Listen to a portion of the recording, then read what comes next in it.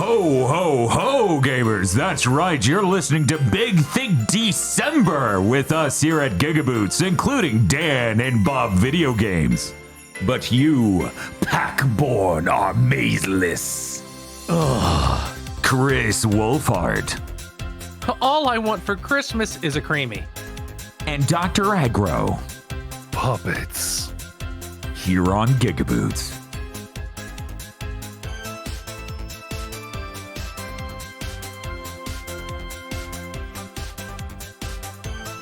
I'm eating a protein Pop-Tart. Disgraceful. I didn't have time for food.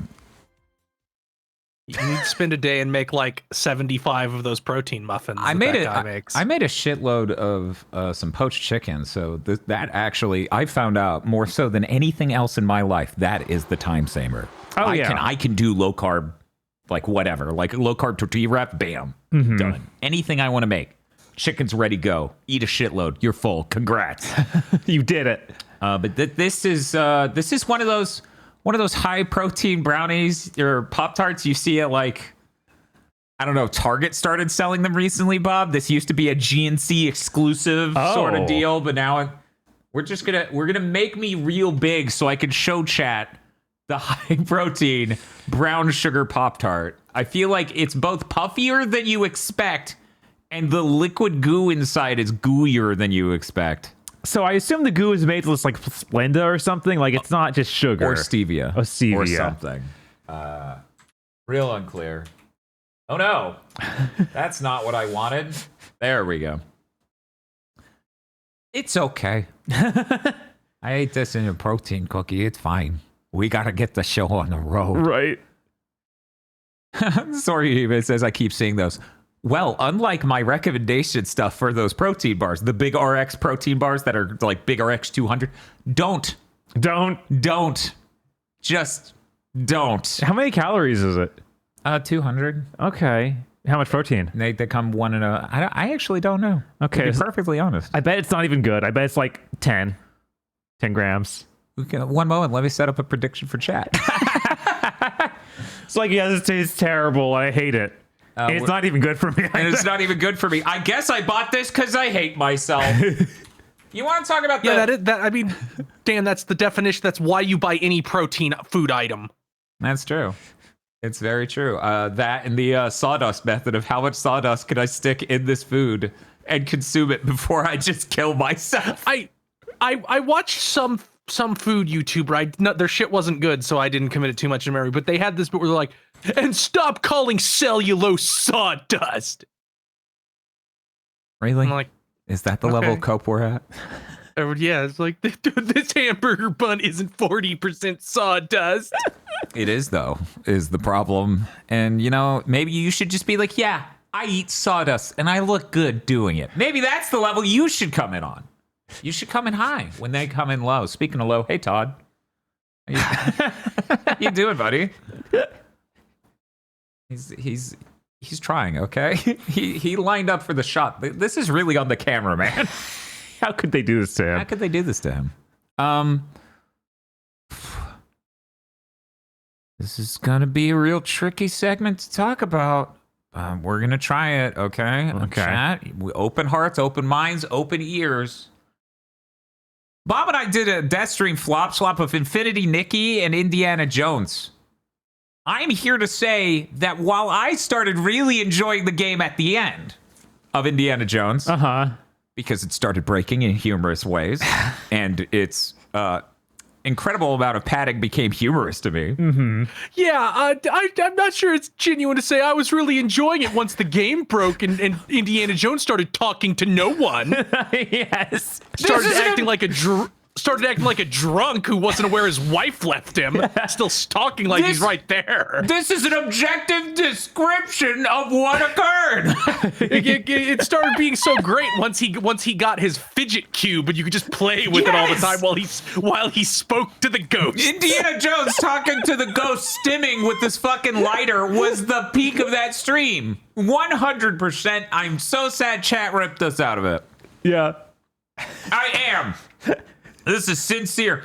I feel like if I went back to Indiana Jones, I I would have a great time. But simultaneously, I gotta tell you, I do not understand why everyone is coming up the bat for this game.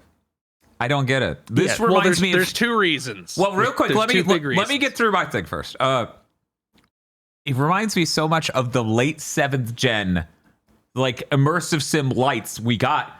But it's not even like immersive sim like them. Like, it's not as layered as a Dishonored. It's not as layered as a later Prey. I don't get the appeal for how strongly a lot of game journalists are coming out to bat for this. It doesn't feel incredible to play, and there's not enough depth to the systems in it for it to be an immersive sim. I'm very confused by this.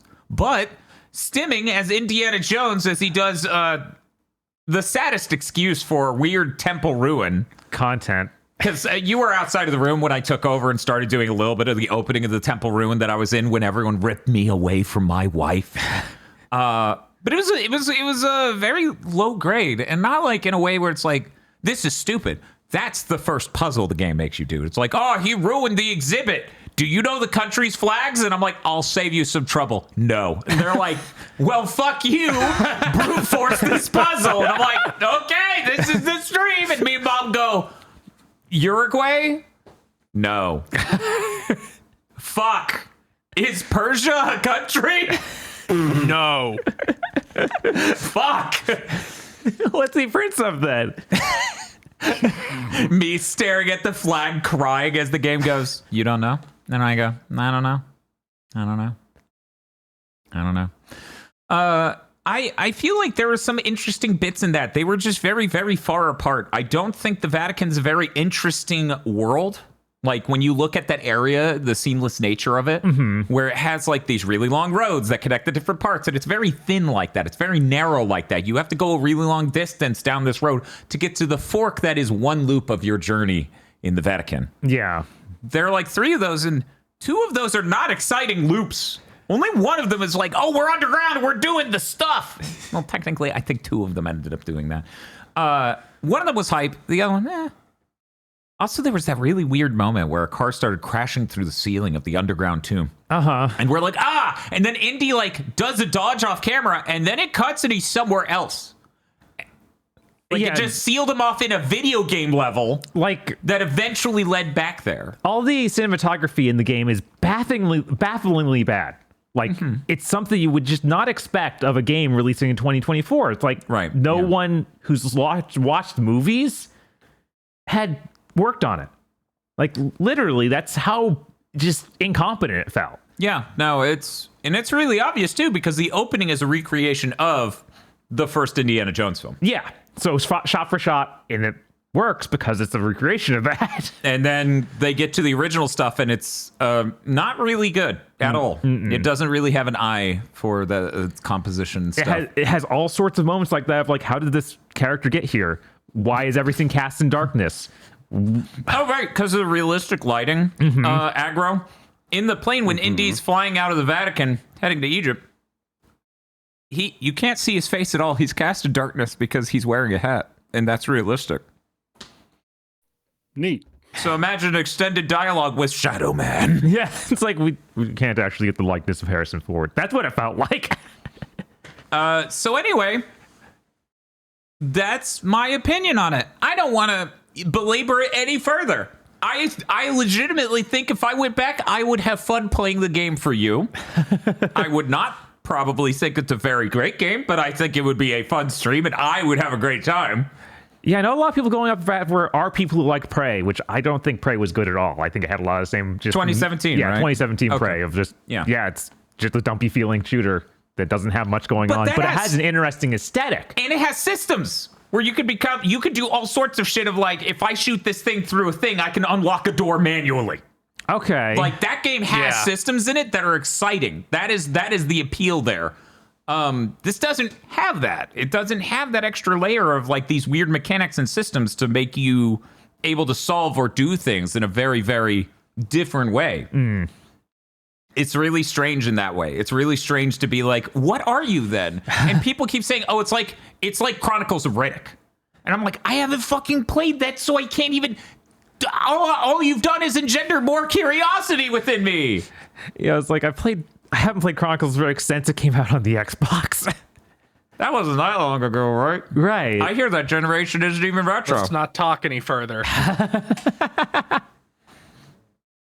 Yeah, so those are my opinions on Indiana Jones. Bob, feel free to talk details. Feel free to continue.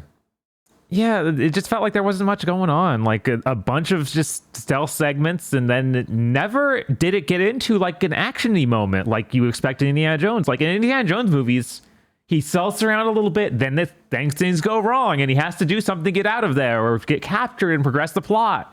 In this, it's like, just keep stealthing. Even if you're spotted, you just go hide again.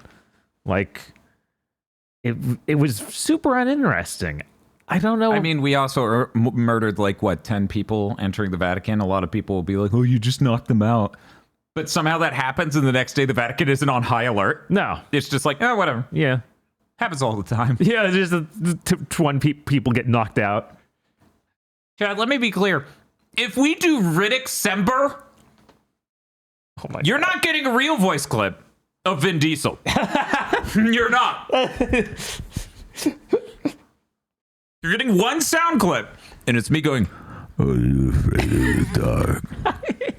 That's it. That's all you're getting. You're not getting real sound clips for Vin Diesel. You're just getting me going, are you afraid of the dark? That's it. It's a lot. But yeah, I really don't have much to say about it either. It was super underwhelming in basically every way. So to see people go out the bat for it is very strange. Yeah, it has been weird. It's really weird. But just to be clear, it's really weird because a lot of them are like, this is probably game of the year. And I'm like, that's fucking crazy. Yeah, you sound insane. It doesn't even look good. And part of what I see praise is, oh my God, the technology here. It's like, praise interesting. And the lights cool. Yeah. I don't get the gushing about the visuals of this Indiana Jones game at all. Like, it's like, it looks kind of uncanny, if anything. Yeah, it would look bad as like a Sony game from the PS4 era. It'd look terrible. Yeah, I mean, yeah, you literally compare this to even Days Gone. Yeah, no, not even close. Weirdly, all the motion capture also seems like really bizarrely low quality. Like, you don't see facial movements at all. And they even have the main villain has something where he talks about muscles in your face, and it's like, yeah, yours don't work. Yeah, in most scenes, Indy's just disassociating because they don't put an expression on his face. It's really bizarre. It's really, truly bizarre to be like, this is an adaptation of a beloved movie franchise. And I'm like, and our main character can't express? It's so weird. Yeah. I don't get it. That's all I'm here to say. I don't get it at all. I don't get saying this is game of the year. You have to be so thirsty for Western-made games. Yeah. And Western IPs. So, like, Xbox pilled, you can't escape it. Or something like that. Maybe. I mean, we know the buff is real. Yeah, the buff is real. Like, this feels like an even more extreme version of how you see people saying, Hi-Fi Rush might be the greatest game ever made. And I'm like, there's like 4 jokes about how they had to cut out big parts of it. Yeah. That felt insane to find out playing the game. Yeah. Yeah, I don't know. I don't get it. But I enjoyed it towards the end of the stream. But people kept ripping us away to Infinity Nikki. Infinity Nikki, by the way, will not install on my PC. I'm furious. Yeah. I just want to play that game at 60 frames per second. I may have even bought an $848 console to do exactly that. But for some reason, no. Why is it like that? I don't know. Why would anyone make that mistake? I don't know. I have no idea. I think I'm going to have to fresh install Windows 11 again. Because for anyone who doesn't know the story here, Windows knows the update 24H2 is broken as hell and it's breaking all these games, and they knew this over a month ago, and they still updated my brand new build PC to it. That's crazy. Yeah, they literally stopped putting that update out to people because they knew it was broken, but for some reason on my brand new PC, they did that to me. So anyway, Also, it broke video playback in VR chat. So between those two things, I'm like, you could not have pissed me off more other than Helldivers not working. And Marvel Rivals. Well, let's talk about Infinity Nikki, though. Here we go.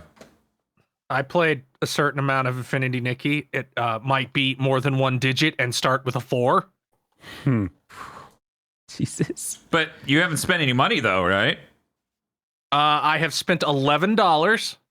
I spent $1 to buy 60 currency to buy the entire outfit that was 60 currency. Okay. And then I bought the $10 battle pass because in the span of 1 week of the game getting out, I got to level 48 of 50. Whoa. What? So here's an insane thing about Infinity Nikki. It bizarrely, unbelievably respects your time. Genshin Impact, when I was playing Genshin Impact every day, I was like, okay, I'm going to do my dailies. I'm going to use up my energy. It'll take, an hour, maybe 45 minutes once I get the route down really hard. In this, you can do your fucking daily upkeep in Infinity Nikki in like 8 minutes. That's cool. Because here's the thing. In Genshin Impact, you have 160 energy. Everything costs 40 energy. So if you're farming a boss for drops or something, what you do is you kill him, you harvest the boss, it takes 40 energy, and if it got updated in the past 2 years to change this fucking, I'm sorry, I haven't played it in 2 years. Okay. And then you teleport away and you teleport back, and the mini boss respawned and you fight it again, and then you spend 40 energy, and you do that 4 times. Mm-hmm. Or if you have energy potions and are me, you do it 15 times. Okay. In this you have a similar situation because there are bosses in this game. You beat the boss and it goes, okay, you can acquire these rewards. How many times do you want to acquire them? What? And you can select, because it's just like, do you want to blow all your energy and just get the rewards times 8? Oh, that's what that screen. Oh, okay. All right. And that's the same for all the shit that spends energy. So once you get to the point where you're like, I'm just doing daily upkeep until they release more content, it's like you can do that unbelievably quickly. I'm also like almost like I'm 70% of the way through like the ranking system where it's like you're a pro stylist, you're a super stylist, blah. I'm like 70% of the way through that. Yeah, and I already have like most of the nodes on that skill tree unlocked. Although it is funny, it looks real big. If you mouse over some of them, they say it's not in this version of the game. Yeah, a lot of them say that. I noticed when I was looking through that. But yeah, so most of that time has not been doing gotcha shit, but just doing the Mario Odyssey, collecting the Whim Stars and the evil dew you feed to the hideous creature. Oh, you mean what was it, Kilo? Yeah. Oh, that's right. Kilo the Cadence Born, who I have already added to most hideous creature for the record.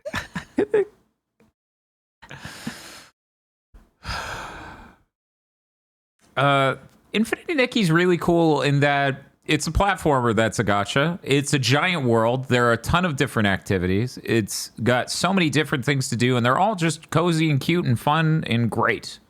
The thing looks absolutely awesome. You go around cleaning these fucking animals. You go around fishing.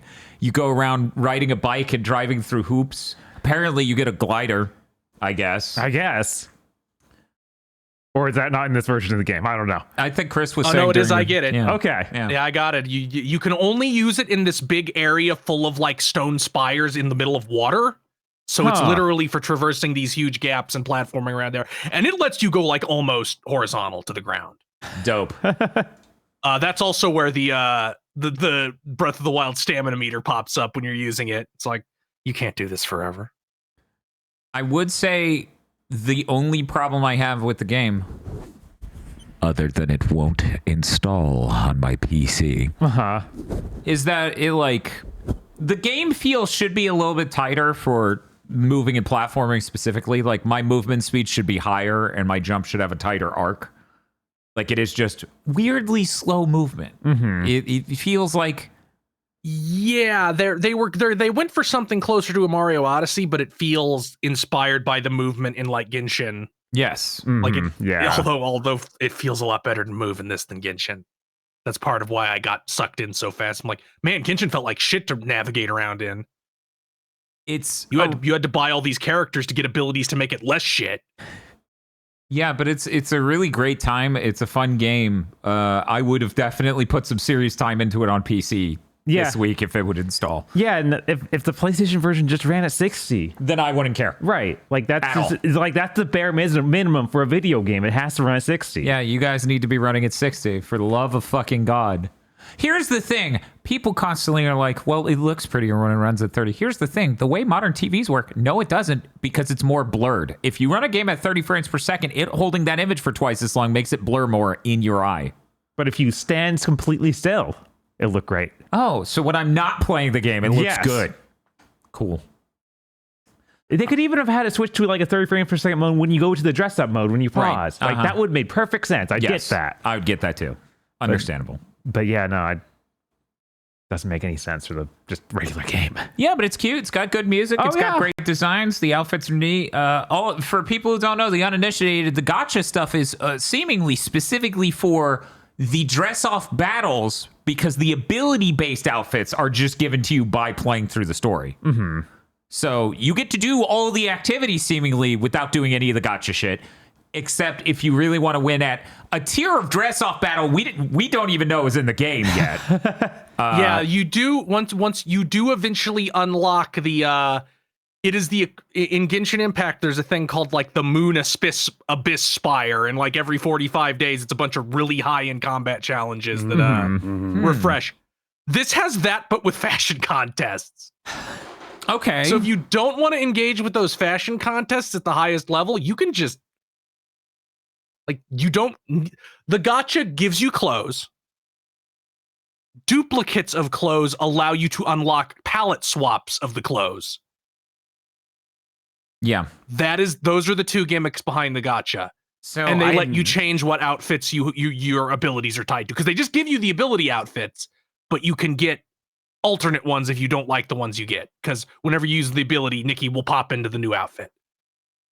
So the notion of like you have to pay money to enjoy this game, I don't think that's true. The beginning is rather slow for like 2 hours, I would say. Yeah, it's pretty slow. But there's plenty to do, and the joys of the game I don't think are even in the dress-off battle, though that is neat. Yeah, that was a funny idea. thing to do, but yeah, that definitely isn't what I would like to do if I played more. And now there's a possibility that down the road they change this at some point. That is a real possibility, but and some people really lack self-control. Yeah, so they might just dump money in, even though the way normal gameplay doesn't. Right, the way they split up the outfits is also devious. Oh yeah, because you're rolling for ninths of a costume. Yeah, you don't get the whole costume if you get the good roll. Outfits are 6 to 10 pieces, which is insane. The only reason this is literally not illegal is because you can wear the pieces individually. Yeah. Wow. I was like, where's the loophole? And the only time you actually need every piece for something is if it's one of the ones you can replace an ability with. Mm-hmm. But yeah, like all gacha games, and actually every single free-to-play game ever made, and many pay-to-play games, your experience is being subsidized by people who are whales. That's just how it is. And you have to stop yourself from being one of them. Unless you're rich. So know thyself and know what you're know what you're comfortable with. Right. Yeah, if you've ever gotten a little too whaley on a game before, then maybe stay clear of this. I've never had that problem because I grew up with enough family suffering from like relatives suffering from addiction where I just always had a strong deterrence to any of that, just a real built-in, oh fuck that, no. So I've never been there, but plenty of people are. Yeah. What was it somebody I was listening to the podcast, I think it was Jeff Gerstmann's podcast, where Path of Exile 2 has a piece of DLC in the microtransaction store. Okay. That's inherited from the first game. that is $600. It's like an outfit that's $600. I thought League of Legends was crazy with that $100 one. I laughed so hard when he said that. I'm like, Jesus Christ. Wow. I'm surprised Destiny hasn't gotten there. Do you have to go to Walmart, get a money order, and send that to them to like confirm that it's really you and you really want to do this? Write us a check. Yeah, send it in the mail. No, I'm gonna be real. Like, no platform should allow that on their platform. Like, get the fuck out of here. What are you doing? I will knock you down a flight of stairs. So I need to add this just so people know we're not totally full of shit when we say this. This game runs at 30. It has no TAA, so it is acceptable.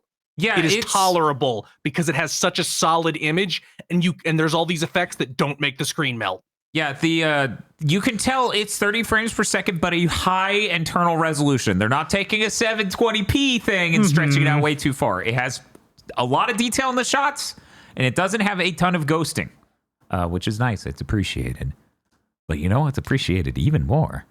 60 whole frames in a second. Yeah, I think if they knocked this down, they could knock this resolution down and get this to 60 pretty easily. Like, it looks very nice, but it doesn't look that nice. Right, it looks like... Well, it might even have ray tracing, so if they could just turn that off, shut that down. I installed this on my PC, which it let me, and it maintains above 30 most of the time on my 1080 Ti. Cool. It does have weird hitching. Like, it doesn't. I guess it doesn't shader compile or something because it was hitching a lot. But when it wasn't hitching, I was like, oh yeah, this is like 50s or so. Mossy says the 1080 Ti keeps winning. Can we move on game wise because that's relevant? I'm good with moving on. Chris? Yeah, I'm good. Okay. So me, Bob, and Mossy, we played Marvel Rivals. Bob has the 1080 Ti we were running the channel on for years. I have the 4090. Mossy has a 3080 Ti question mark. I think it's just 3080. It's the one with 10 gigs. Anyways, me and Mossy's fucking PCs kept crashing. Yeah. Ah! Yeah, it was what the fuck? This isn't like... I played like 8 hours of this game before even playing with them. I never got a crash. Not even once. Meanwhile... It didn't even like... We played like 11 games. Yeah. And I crashed twice, I think, and Mossy crashed 3 times, I think. Yeah, I think that's right. It just wouldn't stop happening. Again, they got to upgrade. They got to get to our 1080 Ti's. And like, yeah, we got to upgrade to the 1080 Ti. Oh, I swear to God. So, friend of the channel, Bahime, also playing Marvel Rivals, also hasn't crashed. Noticed CPU Intel. Oh yeah, my CPU is the Intel too. So there's an even split. Oh my God. It's not Windows 11 because Bob's on Windows 11. Yes. I think it might be a weird problem with AMD. Very possible. Also worth noting, Mossy and I both have X3D CPUs. Hers is the 7800, mine's the 9800. Because I delayed way too long to build a new PC because I was like, oh, whatever, I'll just wait. And the people are like, is Silent Hill 2 supposed to have these weird lines like static? And I'm like, no, shut up, ignore it. We're almost there. Hold strong, chat. We can get a new PC where the capture card's not broken.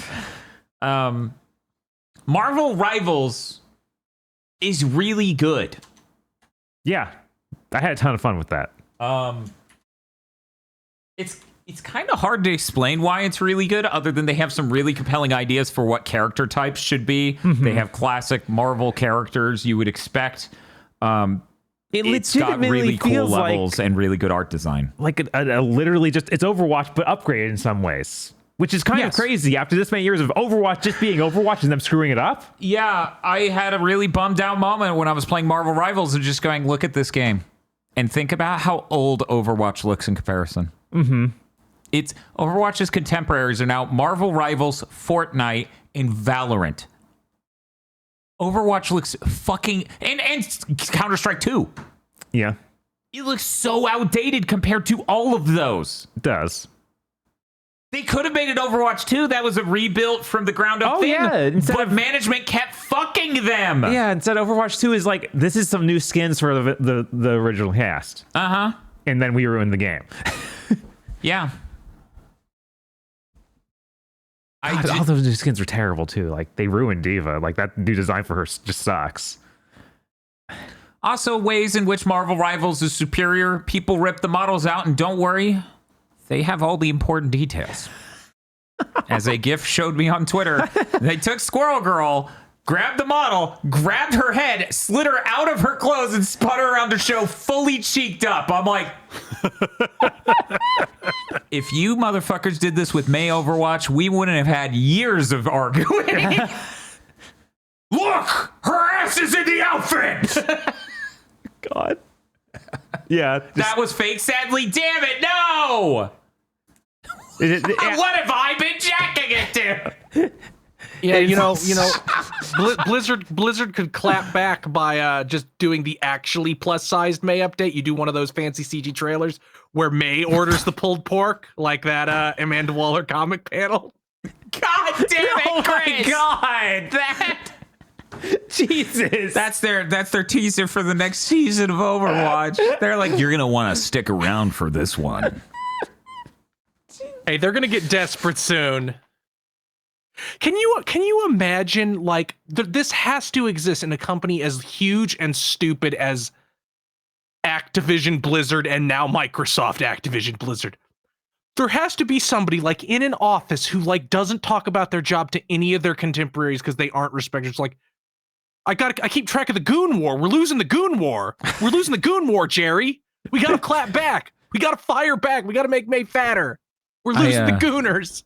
I wish they had the Gooner lab that Hoyoverse clearly has, with the thigh jiggle and the other shit. $20 billion to Source Filmmaker, $20 billion to Kiriko Skins. Oh my God. Yeah, it was funny seeing just within a few days on my timeline, I started to see Overwatch artists that had switched. Yeah, they're really good designs. Yeah. I mean, we even have a Podlord who is praising one of the designs in it, and you won't guess which. They have a bunch of good ones. Like, I'm surprised. Like, I like pretty much all the designs except for Captain America. And really? even he has a good alternate skin. Oh, wow. Yeah, okay. Funniest thing about Marvel Rivals to me, and I feel like Bob will agree, so Venom's in the game. And we all just went, what's Venom's thing? Oh, he just doesn't die. Yeah, but what are the mechanics? He simply won't die. Like, he likes men. That's the... Yeah, it's true. He literally is so fucking strong. And it's like, but what are his other ideas we got going on? It's like, he takes me forever to fucking kill. And chat, I'm sorry to do this to you. This is actually going to make some people angrier at me than anything I said about Indiana Jones could. I'm a Hawkeye player. I'm sorry. He's so strong. What am I supposed to do? Ignore him? Come on now. They're gonna nerf his ass. I might as well enjoy it while it's happening. Yeah, that dude kills a lot of characters in one shot. Yeah, a lot. He does, because he's staring at them long enough to build up the damage. Let me explain it to my two co-hosts, Chris and Agro. The way Hawkeye works in this game is you pull the arrow, and the longer you keep the cursor on them but don't fire, the more it builds a meter of damage. Ooh. And when it fills to 100% and you get a headshot, statistically, they're dead. Nice. It's so good. Yeah, it needs to make a sound at least as loud as Dan Smith's gun. Oh, that's actually really funny because we were playing and I had to turn the master volume all the way down to 14% because the sound design in this is that. The sound design in this is so fucking loud. I have heard people say this sounds like the loudest game ever made. It does! I was like, Christ, 14%? I should barely be able to hear what they're saying. You know who you should all... I feel bad for them. You know? Some people, they don't come into this world with a purpose made for them. They weren't meant to play the villain. They weren't meant to incite a world war. But a person was born and that was the slot they fell into. And that well describes Jeff.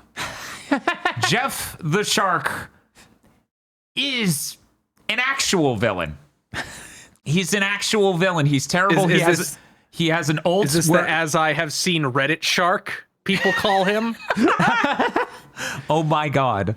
Is that what they're calling him? I just played the game and I was like, oh, I get it. I get why they called for his blood. I get this now. I think he's related to Gwynpool, which definitionally does make you Reddit. So here's his ult. He does a pool of water, a whirlpool on the ground. And even if you're 10, 20 feet in the air, there's an invisible cylinder. You get sucked underground with Jeff, the land shark. And he swims to the edge of the level and yeets you off the cliff. It was really funny. It was like... Wait. In case that wasn't clear, it's not a one-person capacity room. No. As many people who are in that are now getting yeeted off a cliff. Mm-hmm. There was one time where he couldn't figure out how to like spit people out, so he just jumped off with all of them. That was pretty good. That is great. It's like, yeah, because there's a chance a lot of characters have movement abilities. A lot of characters could recover from that. Of course, Hawkeye can't. No, Hawkeye can't. So they need to nerf Jeff. But yeah, if he swallowed you and just jumped off the ledge, you can't do anything. You are dead. Oh yeah, shit! 100%. It's Kirby strats. Yeah, It is. It is. They put Kirby in a fucking competitive shooter. Yes, but on the other hand, he's like all head, so that's good for Hawkeye. But he's also this close to the ground. He is really small. He's very tiny, like 1 foot tall, maybe. It's really quite something, especially since his name is Jeff. So my brain's just full of Overwatch videos. Hi, this is Jeff from the Overwatch team. Jesus. People said they wanted I'm me a shark bigger. now and in Marvel Rivals. I was banished. Also, I have to say, everyone's like, oh, Hawkeye's so powerful. Yeah, if he's so powerful, why is his ultimate weaker than his normal shot? Maybe that says something about his normal shot, Dad. No, it says his ultimate needs to be stronger. That's what that says. I think people in chat will definitely agree with this. Absolutely. This game's really good. I like how many melee characters there are. Like, that's something that Overwatch basically didn't explore. Like, we have Reinhardt, and I don't feel like anyone else is that. Doomfist. Even he shoots. Like, a lot of the melee characters just have, like, a special move that's a long-range thing. But the rest of their attacks are just melee. Yeah, no, they're very interesting characters. This is, the amount of times I would be, like, say... the Punisher and pop out my Bastion turret and then just start shooting people, and then Black Panther would just be on my ass tearing me apart. Was real good. I'm of course playing on PC, but of course it's crossplay. It's modern year.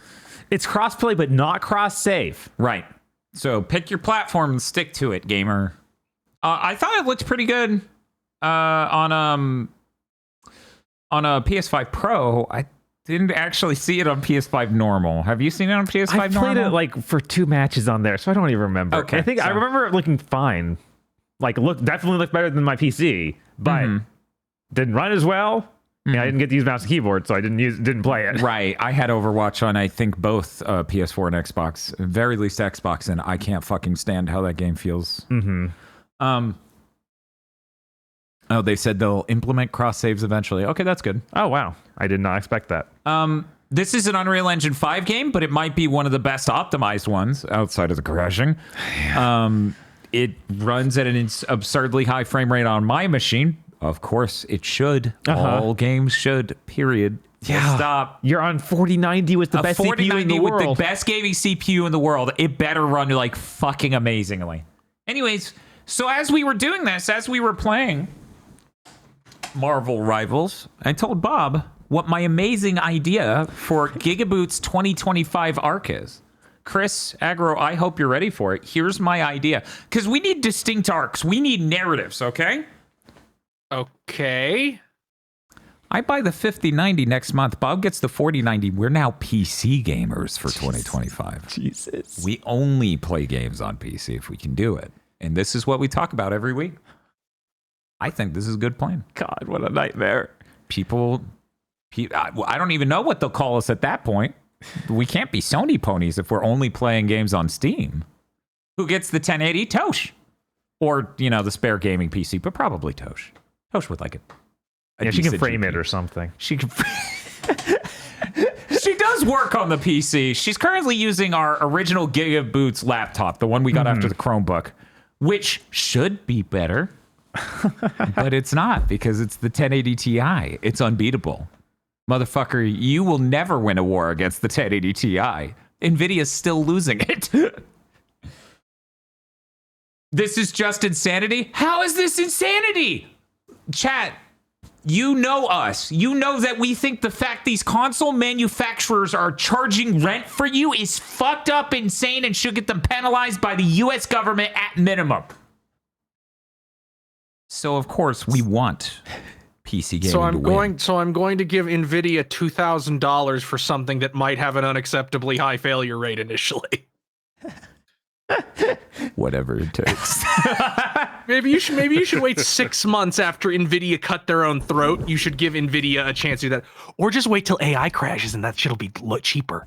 Okay, so here's the thing. Long term, crashes make companies more reasonable. Short term, it might make them more craven.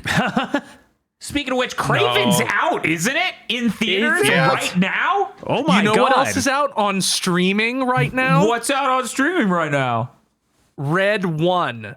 What already? That Christmas, Already. yes, that shit bombed. Oh my God. Yeah, I remember seeing like the week 1 was like, oh, this movie's doing terribly. I didn't know it'd be that bad. I am almost certainly going to watch it this weekend because I've just had multiple people tell me, yeah, that's the most fascist movie I've ever seen. That's amazing. Ooh. That's incredible. Oh my God. That's beautiful, man. And I'm like, how can the movie where J.K. Simmons is Santa Claus be that? It must be really I must good. see it. That is really tempting. I think that'll be a good follow-up piece to what we had to watch recently for content. Please look forward to that. Please look forward to Monday. It's gonna be so good. It is a really Whatever good you one. think it is, you're probably wrong. Oh yeah. Oh yeah. That is Anyway, don't want to spoil that. We'll get to expound on that next big thing. What came out Monday? I'm the one who fucking put it together on this. Oh, yes, that's right. Yes. Final episode. I was like, I know I put that. I had to assemble this fucking podcast on this PC that's like at every chance fucking vexing me. By the way, for anyone who's curious how it broke the video and VR chat, the Microsoft video processing, the media foundation in it, the DLL in it is broken. They broke video playback at a system level for me. Anyway, so yeah, I should get another $2,000 graphics card. And we should become PC gamers. Yeah, we no issues there. I don't value my time at all. Yeah, everything's going great. Yeah, the PC gaming arc happens when I reinstall Windows 11, but with the version that users put together that rips out everything. The OneDrive, all this other shit. That's out there. Okay. They make specific ISOs made by the community to install Windows that has all that shit ripped out. And chat, believe me when I say, I didn't do that the first time because I wanted it to function correctly. Uh-huh. The irony. Yeah. Ugh. What the fuck were we? It's Marvel Rivals. I think it's crazy it launched with as many characters. Oh, wait, 1 second. What's up? By the way, I would like to know, the sweet, known James journalist. Anyways, his PC can play Infinity Nikki. Matt OB, I know you have a 9800 X3D2. Does it play Infinity Nikki? Is it everyone but me can play the game that I really want to play? Is this the future? Oh, it does. Your PC does. That's great. Did you try the Epic Games version? Me? Yeah. Yes. Okay. Bob, do you think in a finite amount of time between me telling you it didn't install and now, you have thought of something I haven't thought of and tried 4 different ways? Yeah. I have tried to install that game 50 fucking times. That's insane. I was mind broken by these 2 games breaking. These 2 specific games, VR chat and this. I was just like, what the fuck do you mean? What do you mean there's no way? It's like I literally, for the first time in my life, came up against the completely unsolvable PC problem. Just twice in a row. Nothing I can do. This was it. fuck you, you're shut out. Anyway, yeah, we should have 2025 Yeah, PC we gaming. just only do PC gaming. That would go great. Yeah. Man, I would love to upgrade my PC, but it's so fucking much. If I want markedly better performance than console at this point, I'm spending $1,000 if I just upgrade. So here's the fun thing. Intel did release, I was going to talk about this in the news, but I could talk about it now and we'll just say whatever. Intel just released their new Battle Mage GPUs. And it's like a $250 GPU that's spot on with a 4060 Ti, I think, which, think about that real quick. There's a 90, an 80, and a 70. It's the higher end 60 it's on par with. So it's like literally insanely cheaper at the same level of performance. So anyways, I look forward to AMD and NVIDIA having to respond to this pricing scheme because they're good GPUs this time. Yeah. And So what did they do? Just go, let's stop fucking up. We better if we're going to live.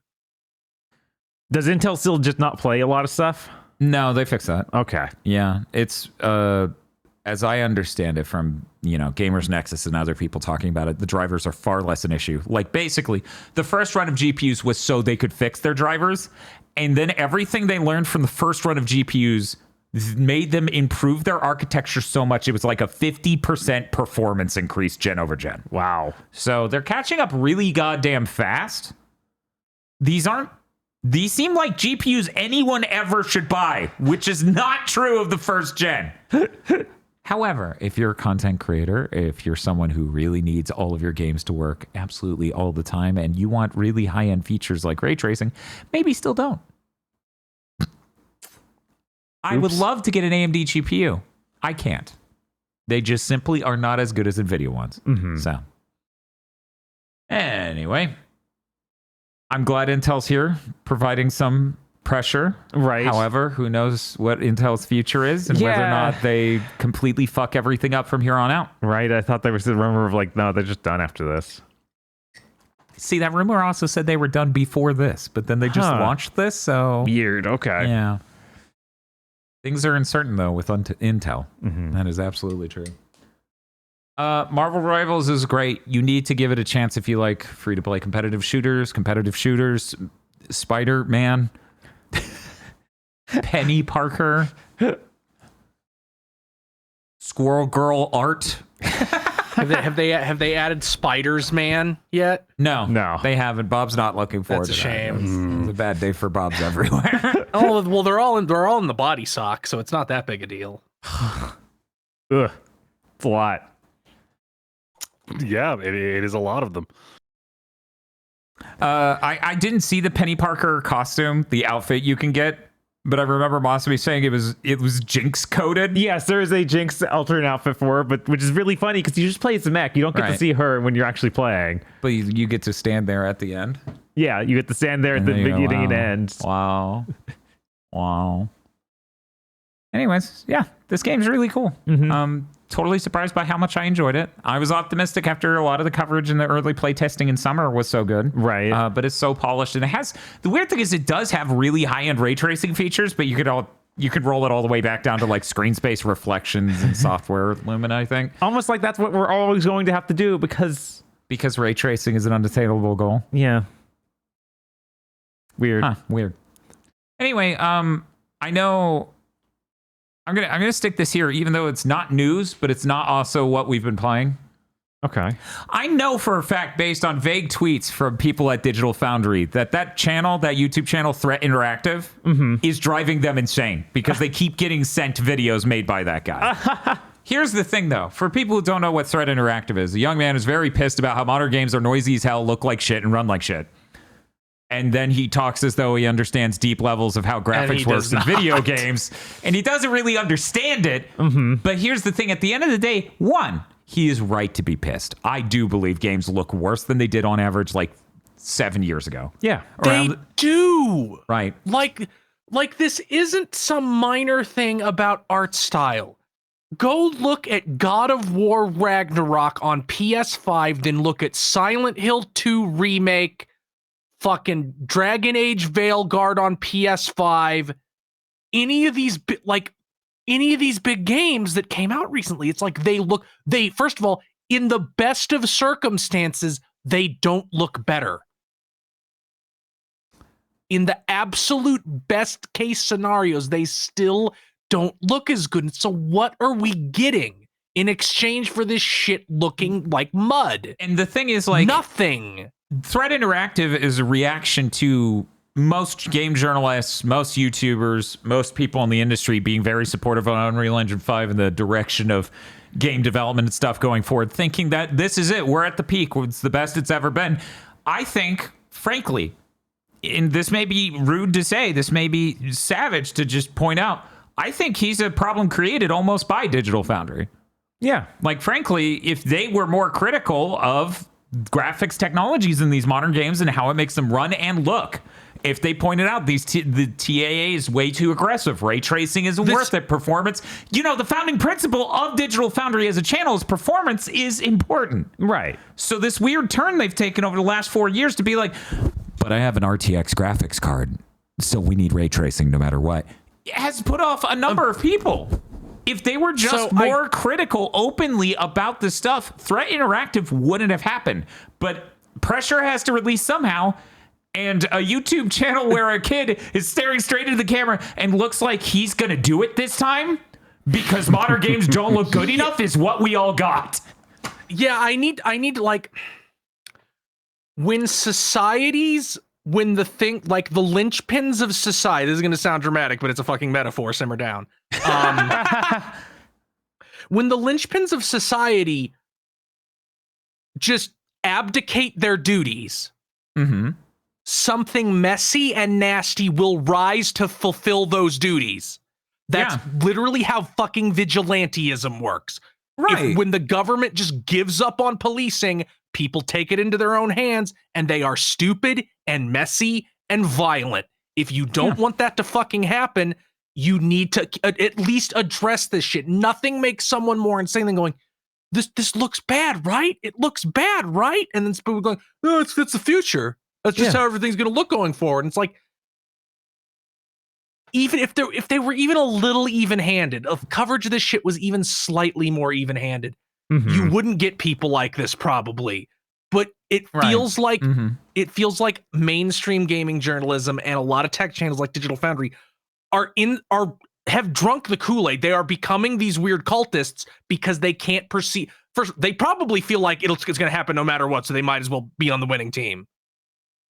But a lot of it really does feel like, no, we can't be at the top. This can't be the top. This can't be. There has to be somewhere else to go. Even if we have to we need more problems to fix, because I can't accept the fact that games are as big as they can feasibly be, both from a financial standpoint and a human resources and testing standpoint. And we fixed all major problems with gaming hardware. With the PS5, fixed every single problem pretty much prior. So now they have to invent new ones for new things to fix. Yeah, they need to fuck around and find out. It turns out those things they invented to fix those new problems don't. Thanks, PS5 Pro.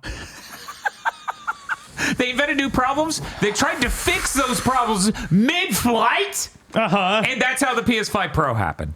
And it's this problem where, and you see this all over tech, where it's like, we don't have anything to invent anymore. Everything's been invented. Apple is going to give up yearly phone releases because they can't fucking make their phones better in enough of a way that matters. And frankly, I wonder if it'll even be 2 or 3 years. Like, to the average person, what can a new iPhone do for them that their current one doesn't do?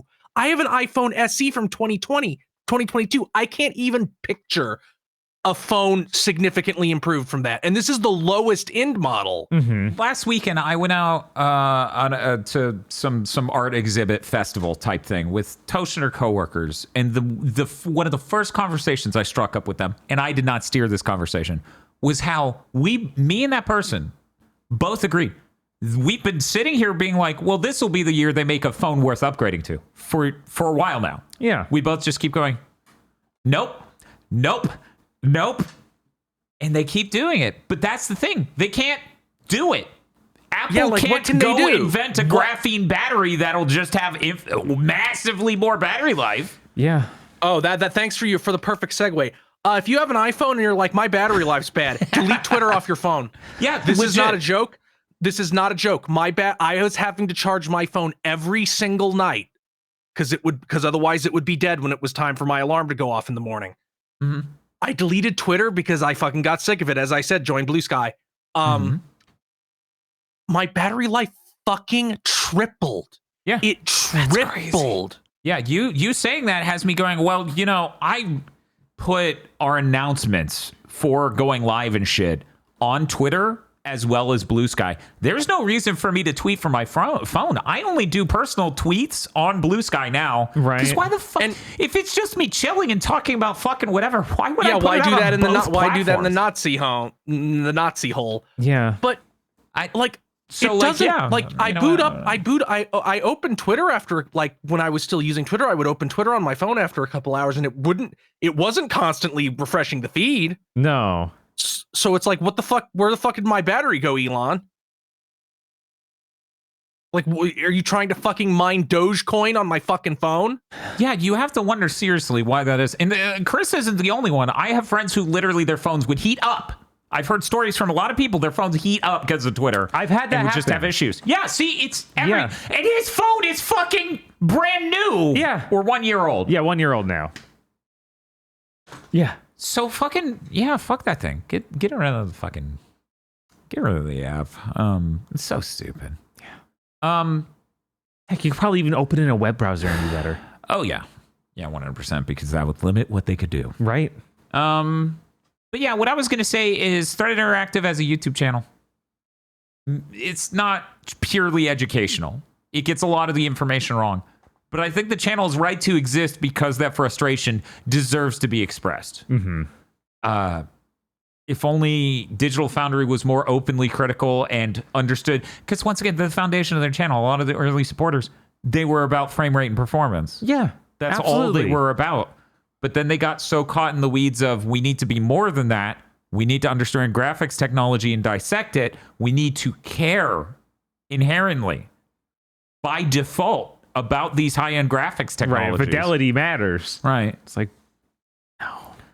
Yeah, and that's the thing. At the end of the day, I'm glad the Threat Interactive YouTube channel exists, even if it gets shit wrong, even if it will mislead people, just because this needs to be expressed.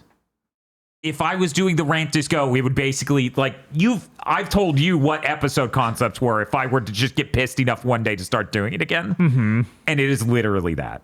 Yeah. Except for I'm not pretending to know. What was it? I heard, this is not official. I'm not saying I know for a fact. No, I heard that maybe that guy didn't understand what was the GPU compute dispatches were. And he was like, why are there so many of these? That seems bad. That seems like bloat. And it's like, that's not. That's not at all. You got a processor to process a lot of things at once? That could be bad. And it's like, no, if it wasn't. Anyway, point is, man, modern video games. Yeah. Anyway. You would think owning a $1,900 graphics card, I should be able to do like anything in a game. You'd think. I would think. I'm trying to remember what I played Alan Wake 2 at, because I think it was 1440p path tracing, and it was like 50 frames per second or something. I think it was something like that. I think that's where that ended up. I could install it again. You know, I got the newer. That's CPU. true. You got the CPU. It would perform a lot better now, but we'll see. We'll see. Let's move on. Sure. Enough about Marvel Rivals. Let's talk about other things we've been playing. Bob, I don't think me and Romancing Saga 2 are good for each other. No? No, I think we're in a very toxic relationship, me and this game. How's that, Dan? I mean, it's just a Super Nintendo RPG. So here's the thing. There's a lot of quality of life things that make it so much more sane than the original. But the game's like, check this out. My main conceit is that you're going to do a thing, and then time will pass, and the next emperor will do things. And you could die, but then someone else will take over from there. And I'm like, no. And they're like, what do you mean no? And I'm like, I'm not going to die. And they're like, that's the The core idea of the game is you lose enough life points that you die. What do you mean you're not going to die? And I'm like, I wouldn't lose. So every time this game rolls some bullshit to just cast Doom on an important character on turn 1, I'm like, PlayStation button, close game. Reopen game. So you're right to do this, Dan. Valid. You're right to do this. All those people who are like, no, you're supposed to live with the losses in Fire Emblem, go fuck yourself. History is what I decide it is. I'm king here. That means mightiest. Time can go fuck itself. So my playtime's a little bit longer than ideal. I did spend because all this PC shit literally kept me away from this game for a whole goddamn week. When I came back, I'm like, I need to grind, but I'm not sure what I should grind. 1 second. What the fuck am I doing? Okay, I think I know. And then I feel like I wasted 2 hours by grinding in a way that was kind of stupid. Okay. But past that, I got back on track. I started exploring lots of new territories. I unlocked so many fast travel points, which are whole new regions. Just boom, boom, boom, boom, boom, boom, boom, boom, boom. But I killed 0 heroes. And I'm like right on the precipice of killing another. And I'm just like, this game's making me mentally ill. I've never closed a game so many times in my life. I've never just been like, turn it off, turn it back on. Turn it off, turn it back on. I feel insane. I feel like this game is giving me a mental illness. But I'm having so much fun. That's the game they built, though. Clearly, they wanted that. Yes. Like on the Super Nintendo, it's way easier to turn it off and on. Everyone is telling me, Dan, the first time through the game, just let your Emperor die. Just let him die. Let the next Emperor you can. I don't. The next person in line will take this. And I'm like, and here's the thing, chat. Outside of and mild spoilers for Romancing Saga 2, outside of the very first Emperor who is scripted to die, not one of them has died under my care. I am such a Chad. I keep winning. It's so good. I think I had one partner die at some point, but that's really not bad in the grand scheme of I've had so many partners by this point. I think one ever. But the game's driving me insane. Let me talk about some cool stuff in the game. This is going to be mild spoilers for Romancing Saga 2. And here's the thing. Because of how dynamic the game is, it's not necessarily spoilers for your playthrough. There are a lot of choices in this that affect things 240 years later. So I went to this island, and it's a mountain, a volcano on it. You need to investigate, like, oh, these earthquakes are really bad. What are we going to do to it? And then you go up there and a magician's like, okay, here's what we're going to do. You're going to freeze the top of this volcano so that way it won't erupt. It'll be too hard and solid to erupt and will save us. 240 years pass. Shit starts getting really fucking crazy because of all the pressure. So you then go try to find the sorcerer again. The volcano explodes and destroys the island. Oh, no. You hunt him to an island that has revealed itself west of this volcano. Just slightly offshore. And when you finally catch up to him, he's like, yeah, no, I planned all that shit from the beginning. Because again, this guy's been alive for like 240 years. Right. Bad sign. He's like, I planned this all from the beginning. I just wanted to get at this book of evil magic. Anyways, help yourself to these other treasures. And there are 5 treasure chests in the room. They're full of really powerful items. And he's like, yeah, just help yourself, whatever. And you have a choice at that point. You could just be like, oh, you know what? You're right. Damage is already done. And that's one of them. And the other one's like, we will both be tried in front of an imperial court. So I say that one, and he goes to snap to disappear with his magic for the 5th time. And when he does that, he appears 6 feet forward facing me and screams at me. And I have to fight him immediately. And it was amazing. I was like, this is an awesome moment. I kill that motherfucker. We get the stuff in the treasure chests. And I am convicted and abdicate the throne. That's really good. Because I helped him. But it wasn't you, because I sealed the top of the volcano. He tricked me into it. But that was 240 years ago. That was the same guy? Well, we're all the same guy. That's how this game works. Because you're passing on your consciousness, and that's actually core to another thing going on in the game. You are technically the same person, they say. So, no, it gets better. Here's where it gets better. Bob, so when you pass on, and you pass on your traits and stuff to your partners, okay? Your descendants. They gain all your abilities and stuff, and they kneel before the throne, and they inherit all these things, and the skill sets and the stats and everything. Just keep going forward. Here's the best part. I had just found an inventor with an automaton, and the automaton had been on my team. The automaton, by the way, will not let you command her at all. She has 99 life points, meaning she has to get killed 99 times before she's dead, and she lives forever. So, Bob, you know what I did? You made her the emperor? I abdicated to the automaton. We're living in a robot empire.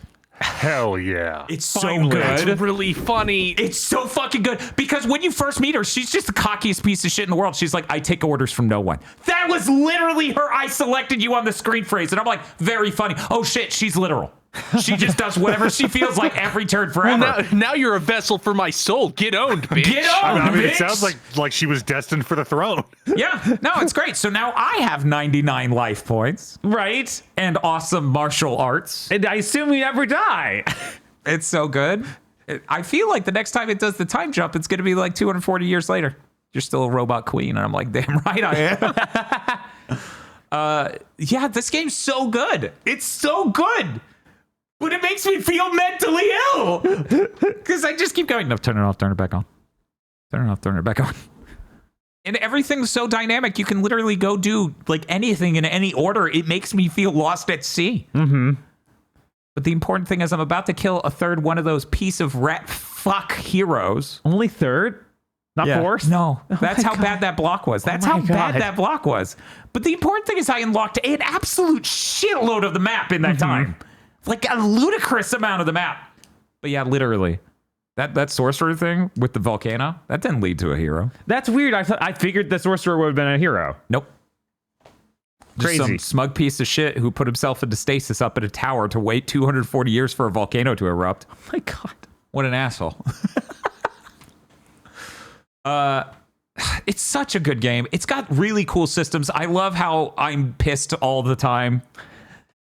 It's the Last of Us multiplayer of RPGs. Jesus. And that's romancing SaGa 2. What a fucking asshole that fucking sorcerer was. What a great time this game is. I think this is the exact fidelity of game I appreciate things being.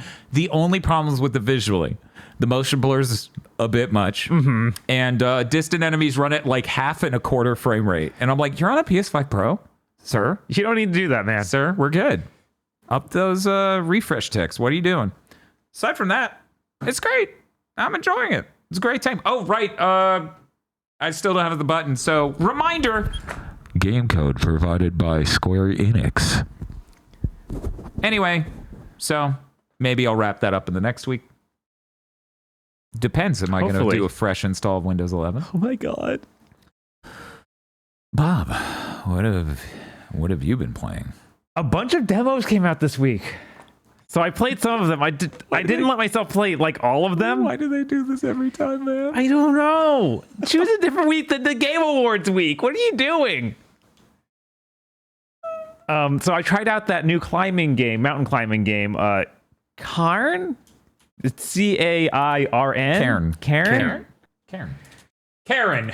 So if you might remember, it looks kind of like the Borderlands art style, but it's about climbing a mountain.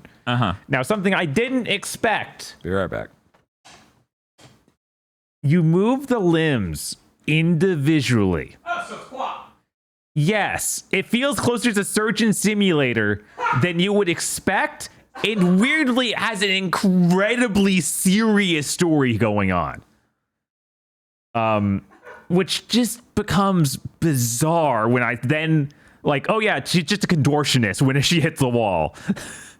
Like, oh yeah, just move the leg up, just straight up.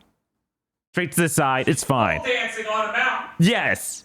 It looks ridiculous. It feels pretty bad to control. And it automatically, once you start climbing the mountain, it like switches which limb you're going to control next automatically. So it's like, okay, I expect, and now that I've moved my two hands to move my foot, no, we're moving the first hand again because that wherever you placed your hand wasn't good enough. And there's a way to turn that off in the menus, and it says, don't turn this off unless you want the game to be really bad. It also has survival elements. So you have like a backpack with various tools and things to get up the mountain and food. Because I guess it's going to be an insanely long climb. there's a like little robot that goes around with you to climb the mountain that will collect your the pins you put in the side of the mountain to hook onto. And those can break. So you'll end up losing those. And I assume there's some other system to make more of them as you climb. I don't know. This game does not feel nearly as good as that one from last year from Don't Nod. There was also a rock climbing game. It was a pretty serious story. Weird that it turned out like this. In no world did I expect there to just be some weird like surgeon simulator style control scheme. Moving on. I tried Cladoon X3. This demo was on the Japanese PlayStation Store, so it was all in Japanese. I didn't understand any of it. But it does seem like more Cladoon. For people who don't know what that is, the top-down, like, 2D Zelda sort of perspective. And it's got a lot of RPG elements. It seems like this one lets you create multiple characters that you can then put into a skill tree to enhance your character. And you could play as the other ones too. It's really weird. But I like the art style. It's all pixel-based. Weirdly, the main characters and pretty much any enemy or character is super chunky pixels. And everything else has like a very fine pixel sort of art style. Like you can see like at least probably 4 times the amount of resolution on the pixels on those. Very strange looking. The Phantom Brave demo came out for the new Phantom Brave that comes out like next month in Japan. Yep. It's really close. It's not next month in America? I think it's like 1 month later than that. Oh, okay. I think. I don't think they're right on top of each other, but they might. Let me be frank. I don't want you to come out during the Game of the Year ceremony. I don't want that. Yeah, no. So don't. Again, all in Japanese because it's from the Japanese PlayStation Store. But it seems really cool. It seems like, oh yeah, this is straight up like Phantom Brave. Like, it's not like Disgaea where whole teams take turns. It's each character has their own turn order based on their speeds and everything. Decides how that goes. You play as Morona. Yeah, Morona. Who can summon ghosts into objects. So you have to find good object to put them into in the world. And then they become your units. Because she herself doesn't really have attacks. She has like buffing moves. And unlike Disgaea 7, where every single special move takes place in the special move dimension, they all seem to take place on the map. So they got that figured out. Oh, wow. Wow. That's crazy. How do they do it? It doesn't look great, but it works. Okay. And that's what's important. Chat's saying that it is January 30th worldwide. All right. So just barely next month. Okay. We will be done with Game of the Year by then. Yes. No matter the cost. Right. But the game looks really cool. I'm super excited. Same. That's going to be great. Looking forward to the spoiler cast. Oh yeah, I also played a little bit of Dragon Ball Z Sparking Zero because I got that on a Black Friday sale. Okay. So it's not a demo, but full game. But only played a couple hours. Yeah, only played like a few hours of it. Okay. Oh my god, the HDR is completely broken in that game. Absolutely just busted. I need to see this. Every single color is wrong. You have it SDR on. The game looks like Dragon Ball Z. You turn on HDR, the game looks completely wrong colored Dragon Ball Z. Like you'll just see like that's not even the right color for any one thing. So it's like trying to watch Dragon Ball or Dragon Ball Z on DVD with any given release. Yes. Worse. So would you say this is more Orange Box or Dragon Box or You know how they accidentally made the Broly movie green? Yeah, a lot of Imagine cranking that up like twice as hard. Oh, hell yeah. It's so insane. Oh, that's awesome. You know, Bob, we don't know the HDR is bad. Maybe it's good. Maybe we just need a better TV.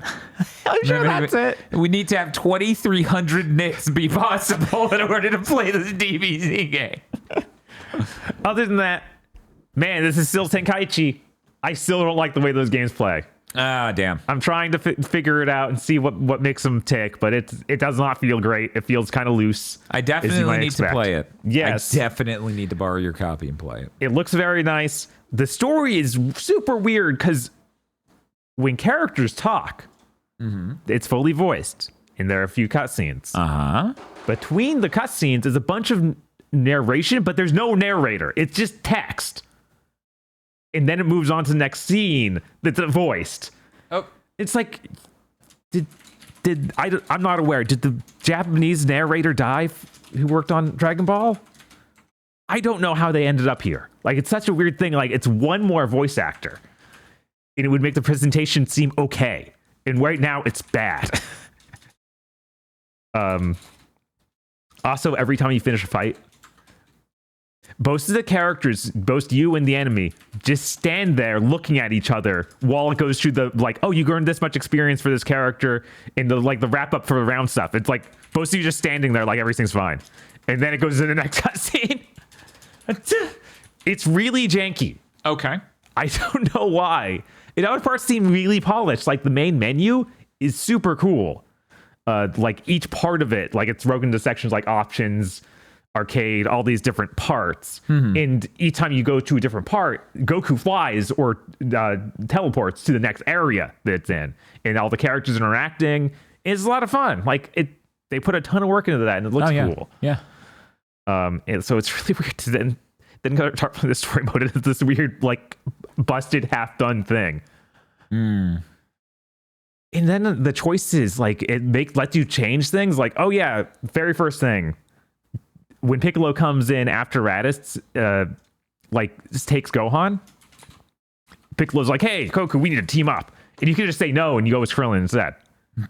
And then, for no reason, you get there, and Piccolo's there to kill you with the special beam cannon. Anyway.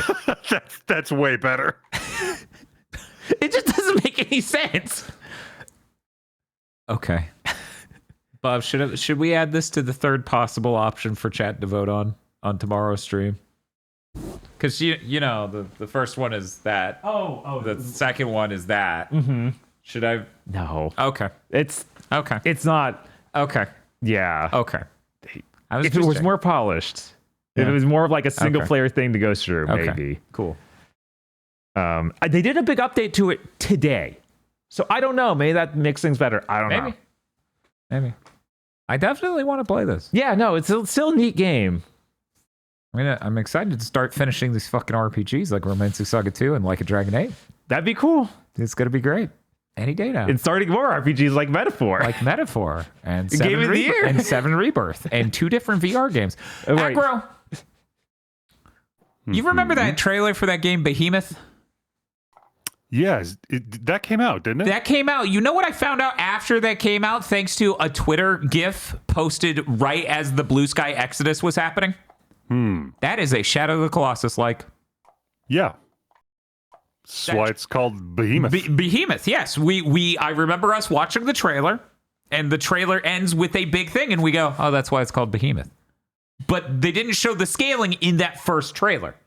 Yeah, so, it's a lot of grapple hooking. Yeah. I'm looking forward to that. Batman and Metro. That is what's coming up on my VR Game of the Year grind up. Please look forward to it. I think I'll let chat vote.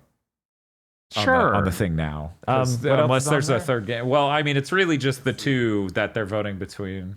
Because you know what the... What about what? That Xbox thing.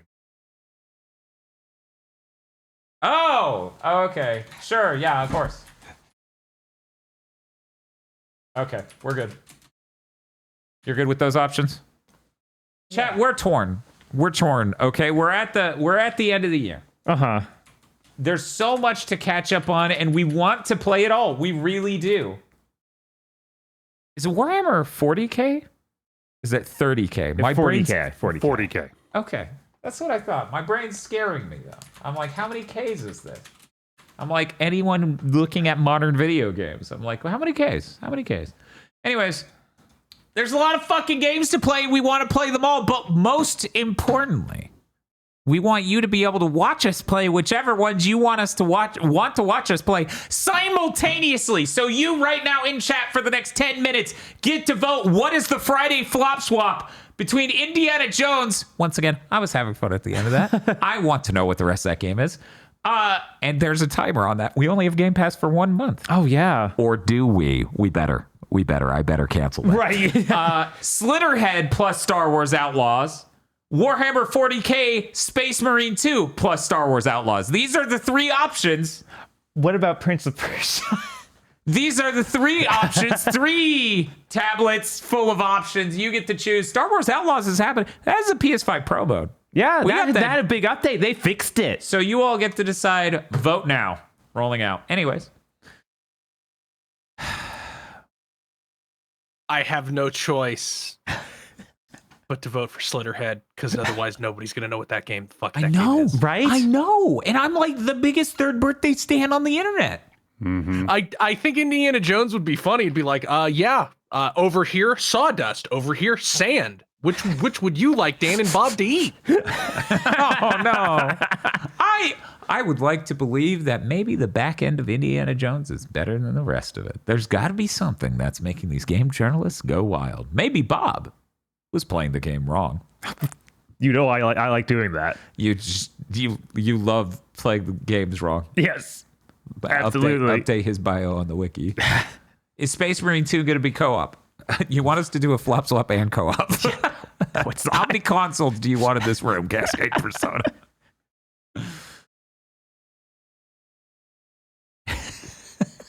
Stoika says, play Indiana Jones on stream. Enjoy Slitterhead on your own time as a treat. Are you sure that's how that would go? I'm not. Yeah, no. Everyone who should have been there to defend that game isn't. I think Gil's the only human I know who enjoyed Slitterhead. Oh my God, I'm scared. You should be. I am. I'm terrified. This dude directed one good game. I'm really scared. One moment. Because Gravity There's Rush something 1. other than Anything Gravity else? Rush 1. 1 second. There is something other than that, right? Because I didn't enjoy the Siren games. I haven't played Siren. I haven't. Anyways, and Star Wars Outlaws got massively patched, so we need to see that. That is a need. Who even knows what the hell's going on? Right. With that. Anyways, I keep watching Star Wars things that people say are bad, like that The Acolyte? not the Acolyte. I didn't watch that actually. I need to check that out. Maybe it's fine. Maybe it's good. Was it that one we watched with the Jedi? I know. With the orange skin. The one with the Jedi. Ahsoka? Yeah, Ahsoka. I don't know. I don't know if people didn't like the Acolyte. I saw people kind of like it, but it's just that nobody fucking watched it. And then Skeleton Crew. I watched the first 2 episodes. I thought that was pretty cool. I don't know what people are saying. He's that making bad shit up. That is not the name of a Star Wars. That's the name of a Star Wars thing. It's the Goonies. What do you mean it's the Goonies? It's the Goonies. Well, here's the fun fact. I've never seen the Goonies. That statement means nothing to me. That's crazy. Oh man, they seriously are trying to do their fucking Goonies, Stranger Things, Star Wars show. Just fucking throw the IP in the dumpster. It's washed.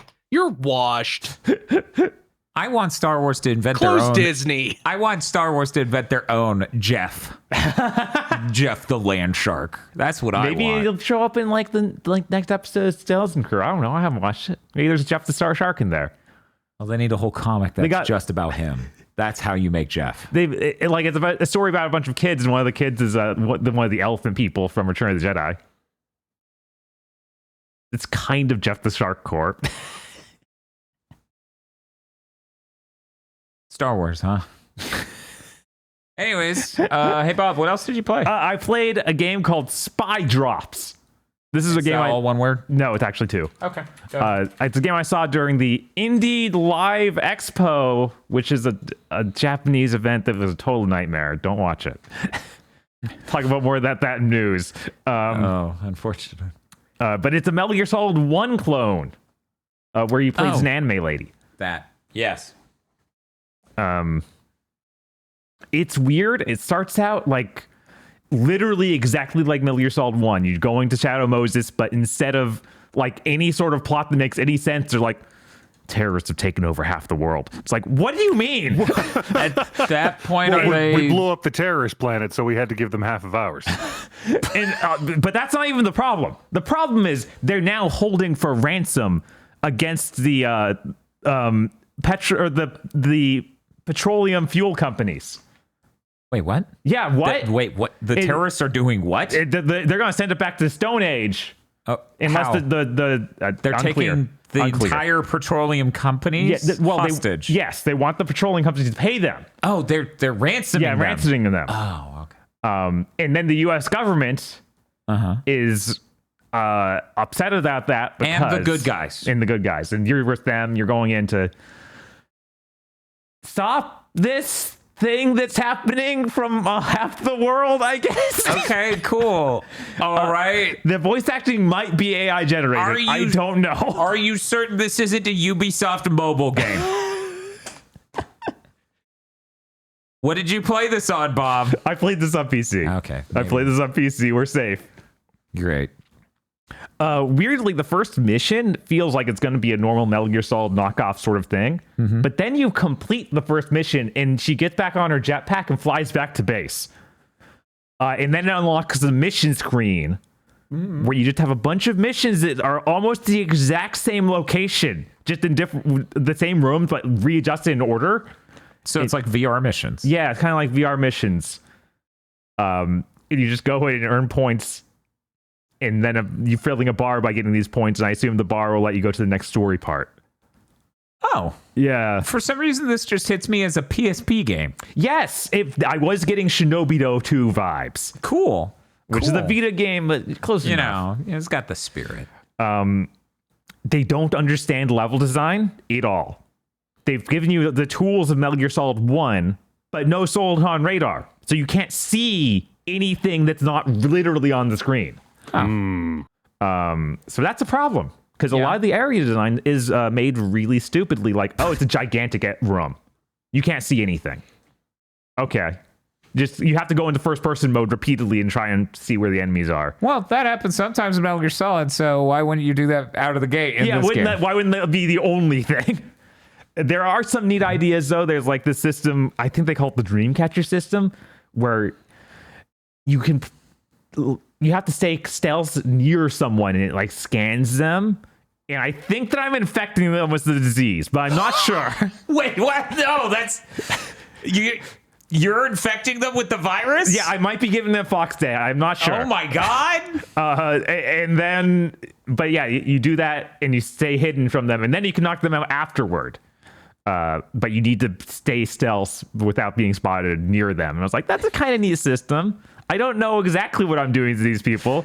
Chat speculates that you're infecting them with the woke mind virus.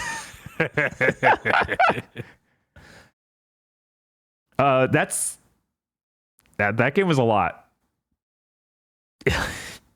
I wish it were just a little better because the basic playing it, like moving around the environment, is just good enough to trick me into playing it. But this level design and this lack of assault on radar just makes me like, no, it's over. I can't.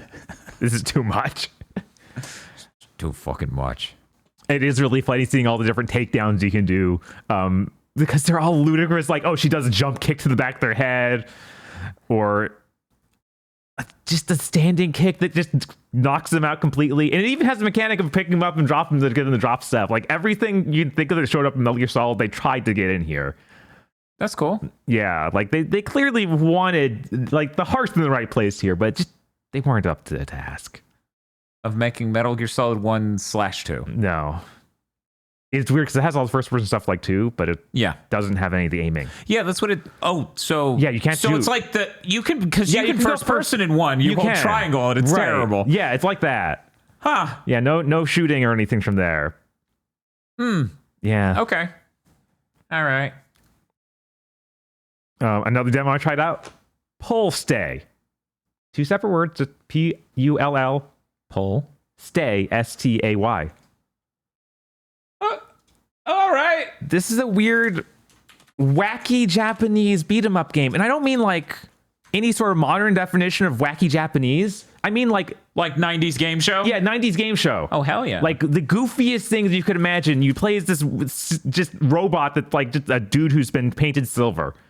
And you're defending a house from random delinquents, businessmen, and anyone else who walks up to it.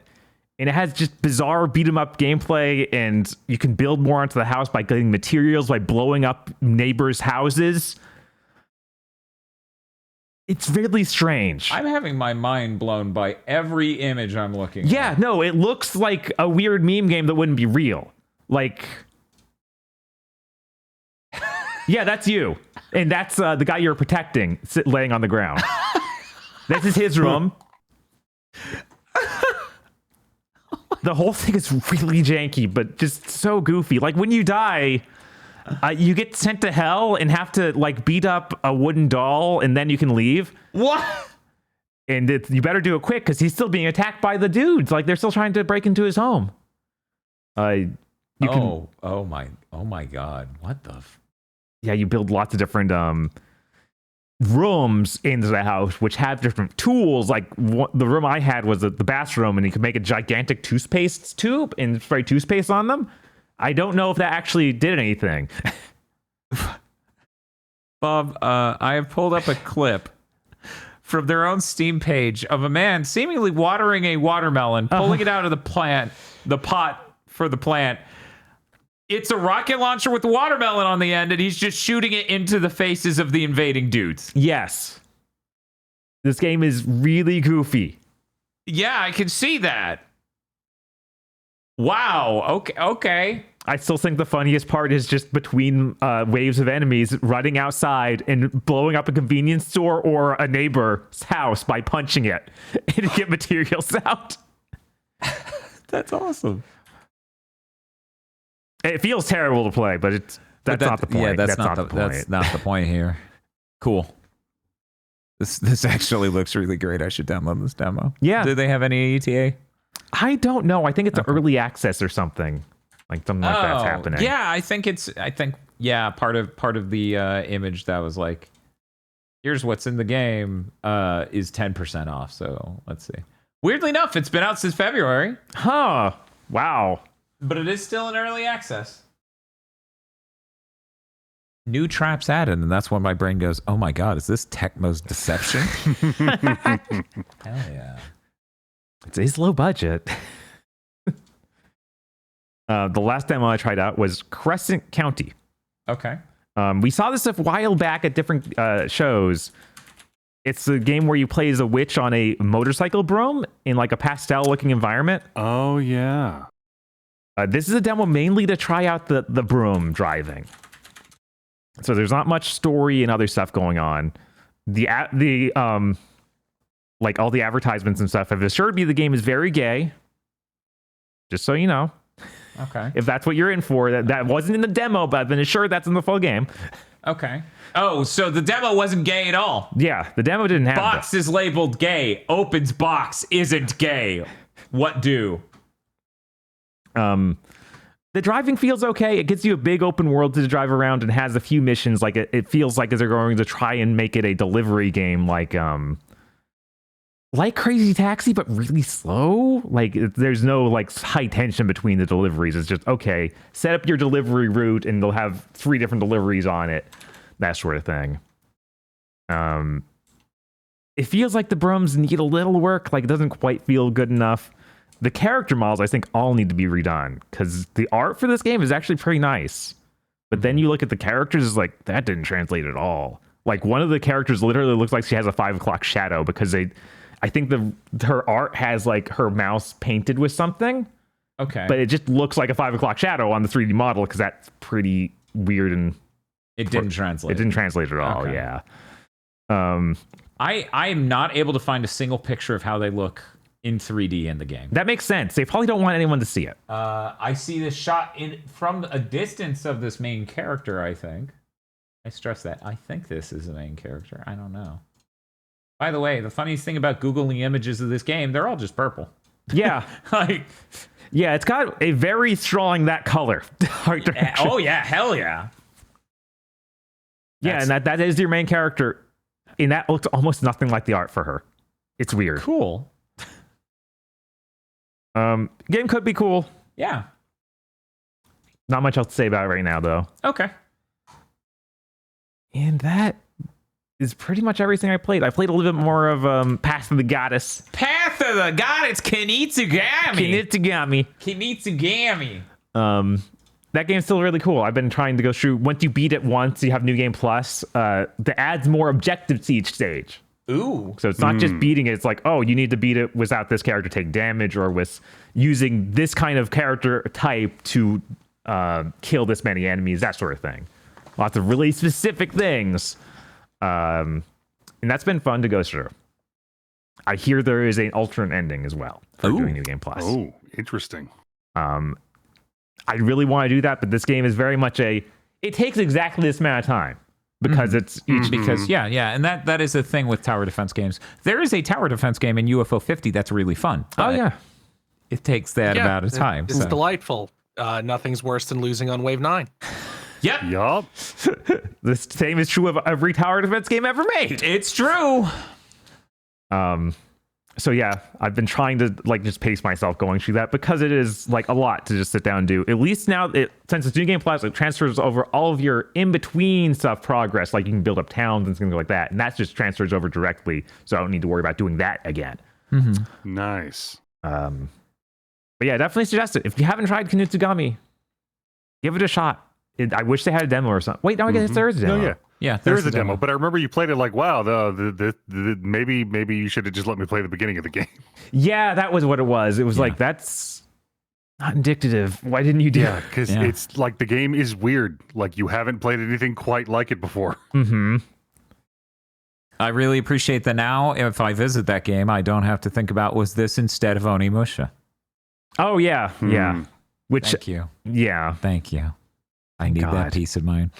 That game, performance-wise, how is it on a normal PS5? It runs fine, but it has a bunch of ghosting artifacts. Cool. Yeah. Modern games don't really have a lot of dynamic resolution. A lot of the times they get locked in because DLSS and other solutions don't really expect that. You have to predetermine the internal resolution with those solutions. So I worry that even a PS5 Pro wouldn't fix that. Yeah, but maybe. Almost certainly won't. It's really frustrating. Maybe it'll be fine. No update. Unfortunately, yeah. So, thanks Xbox deal. Thanks what? Xbox deal. Xbox deal. Oh, you got the. Yeah, oh, that's why there's no update because you got it on. Oh no! You're saying because their marketing was tied to Microsoft. That's bullshit because Diablo 4 got an update. It did, but that didn't even sell because they took an Xbox deal. No, I'm sure it would have sold just as well if they had marketed themselves. Didn't put it on Game Pass. Yeah, that game seems like a really weird situation. Yeah. So Bob, people have voted. The people have spoken. Yeah. 60% of them voted for the Slitterhead Plus Star Wars Outlaws Flop Swap. Jesus. Which I'm excited for. I'm thrilled about. Second place with 23% went to Warhammer 40K Space Marine 2. Plus Star Wars Outlaw, and in third place is Indiana Jones plus Star Wars Outlaw. Can you believe they don't want to see more Indiana Jones? I can't believe that because, god damn it, I was having fun stimming in a cave and dancing by the lighter light with my wife, and you all took her away from me. You robbed it. I'm so upset. Yeah, we're not going back there unless we force them. I'm not even gonna have a closure on that. I want to know what the rest of that game is. How crazy do things get by the end? You know, Indiana Jones movies, they're supposed to get crazy. They get escalation. Yeah, it's supposed to be like, Indiana doesn't believe in these things. Oh no, these things are real. That's the thing. Also, never mind. Don't worry about it. I wonder if, since we didn't get the gun in the first area, if we just don't get a gun for the rest of the game. So anyway, we'll never know. Right? Well, what do you? All right. So when do we need to remind you to cancel Game Pass? I'll make a sound reading for tomorrow's stream. And cancel Game Pass. Okay, Mom. Anyway, so I guess that's what we're doing tomorrow. Bob, did you have any other games you wanted to talk about? No, that was it. I don't often nowadays talk about this shit, but I'll talk about it a little bit. More PC problems, like Dan. I don't often talk about that nowadays. So imagine if VR Chat had a Comic-Cat as in an expo where artists could come and set up booths to sell their cool models or other ornaments or locations or other things in VR Chat, because that's just the sort of place VR Chat is. They have that. It's called VCat, like Comic-Cat, virtual Comic-Cat. Okay. Fun fact, there's a real physical VCat as well, I found out recently. The winter VCat is going right now. It's really fantastic. Me and some friends, we went through something like 5 different worlds. It's really, really cool. They have some amazing stuff coming along. One of my friends' model was at one of the booths, so then everyone just took it, and we're all just dressed as them, teasing them, basically. It was very funny. It's really neat. I highly recommend it. If you aren't into VR, then maybe just check out a video of it, because just seeing someone like do a live stream of it or whatever, like the last Seahorse streamed going to VCat. I haven't had time to check out that stream. It's a really cool experience. You get to see so much different artwork and stuff. And the booths, some of them are the really corporate booths. The corpo booths are insane and make any PC crawl, including mine. God. The best gaming PC in the world kneels when it comes to rendering your VR Chat corpo world with its insane Astrobot casino level glory. Absolutely nuts. And then you get the other sane worlds that maybe instance the areas. For example, there was this one that was like space themed, where you would board the ship, land on a planet. There are all these booths and cool spectacle and stuff. And then you would board another ship to go to another world. So it would instance it. So you aren't rendering all of it all the time forever. That world ran great. Did you learn more about John Wick consequences? No, they didn't have any funny. Well, I'm not done. I'm actually going back again. Okay. Next on Sunday to do more. Maybe then I'll run into funny Japanese movie poster with different name than it has in America. Because for anyone who doesn't know, John Wick 4 was called John Wick Consequences in Japan. So VCat had just all sorts of sizes. Sonic 3 really have some funny name in Japan? I think it does. Yeah, it does. It's like, hey, they're coming to Japan. It's like a part of the title. Because there's like a shot or something. Tokyo Mission. Mission. Yeah, that's seriously the name of the third Sonic movie. Tokyo Mission. Isn't that great? I feel like that's a subtitle to Reckless on Xbox Original. Tokyo Mission. But yeah, the VCat's really damn cool. VR Chat is really damn cool. Man, if you get like VR sick, if you get motion sick easily, I don't know how those frame rates will go for you. All I know is my native resolution in VR Chat never remotely hits the native resolution of the headset. I always crank it down to 20 or 40%. Wow. My system is extremely GPU limited, which is insane because I have a 4090. Yes, a 4090. What do you mean it's GPU limited? So anyways, VR Chat is exclusively the only thing that makes me go, but what if I owned a 5090? What if I did that? That would be pretty cool. And then I couldn't install a game anyway. Yeah. Someone in chat said they doubt the credentials of the world's best gaming PC. I don't know what you're talking about. 2-spec, it's the world's best gaming PC. Yeah, like what could be better than a 4090 in this brand new CPU? 9800X3D CPU. What could you even do in the face of that, right? Right. I don't know. And how much RAM do you have? I have 64 gigs of RAM. Yeah. Like, that's a lot. Yeah, it is. My total system RAM's 88 gigs between that and the GPU. That is so much fucking RAM. Yeah. Rush Dickenberg says we should have gotten the Stuffler instead. Of which end of that? The 4090? PS5 Pro. PS5. In fact, you should have gotten $850 worth of bullshit kitchen appliances before you got the PS5 Pro. Look. Apparently. Look. Hindsight. You'd at least have fun using the Stuffler once. Look, hindsight is 2020, okay? Yeah, we all thought that the PS5 Pro would do something. When you buy a thing, you expect it to do a thing. The PS4 Pro was a staggering success in comparison, it turns out. I would like to note, Beat Saber has not dropped one frame on the PS5 Pro. Ooh. I have not seen it hitch like it did on the PS5 original during some of the songs. So, it's working out. But yes, no, I shouldn't have bought a PS5 Pro. We all realize that now. But look, I was the sacrificial lamb for this podcast network. How many of you would even know a single fucking thing about how it looks comparison if not for me buying the stupid fucking piece of shit that doesn't do the goddamn thing it's supposed to? God damn it. Yeah. Did we have to bring up the PS5 Pro? I'm sitting here talking about PC problems. Look, all I'm learning, I don't want to sound too black-pilled here. All I'm learning about life recently is I should stop doing anything because nothing will ever work. That's what I'm learning. Just stop doing things. Anyways, that's everything you played? Yep.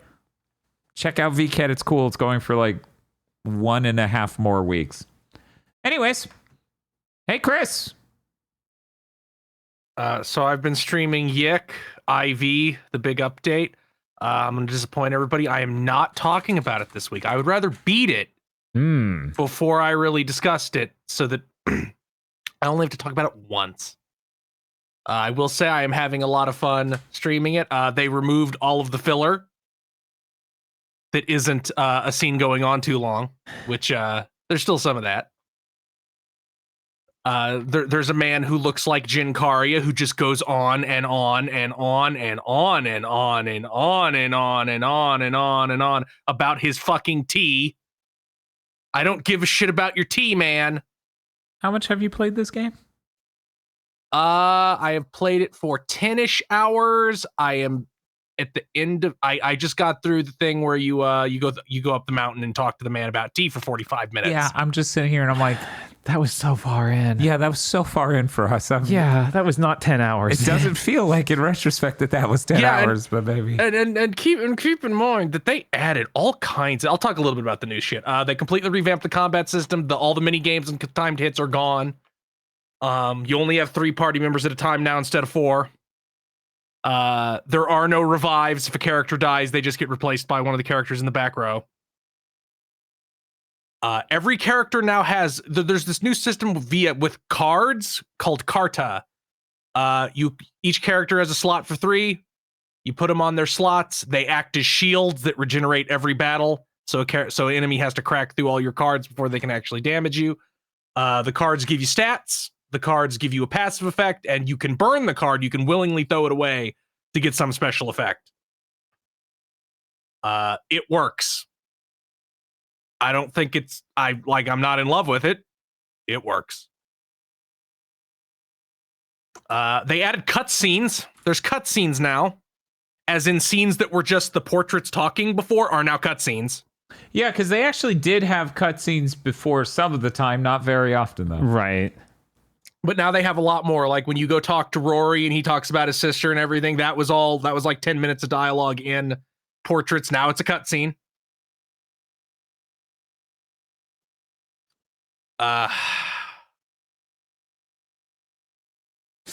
They completely changed the way the mine dungeon works. Now you level up by talking to a guy and he goes, pick one of these 3 options. And then you pick that option and you have leveled up.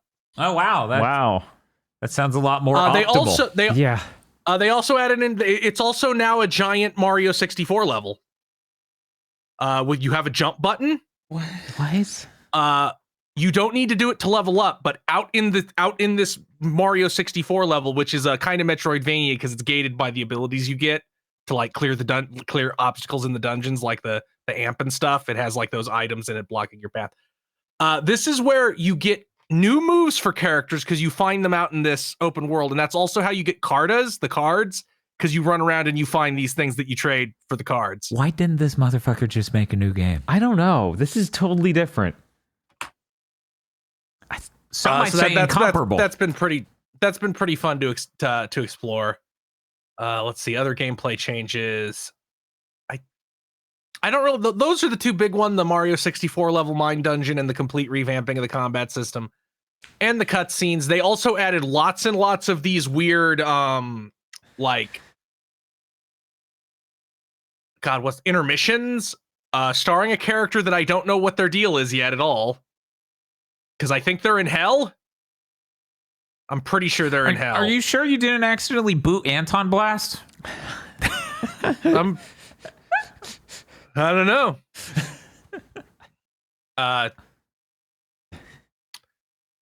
So whenever Alex monologues now, they cut to him at the jam poetry session, sitting on a stool on a stage with a microphone. In like his mind palace of how important, so how cool and important and smart he is.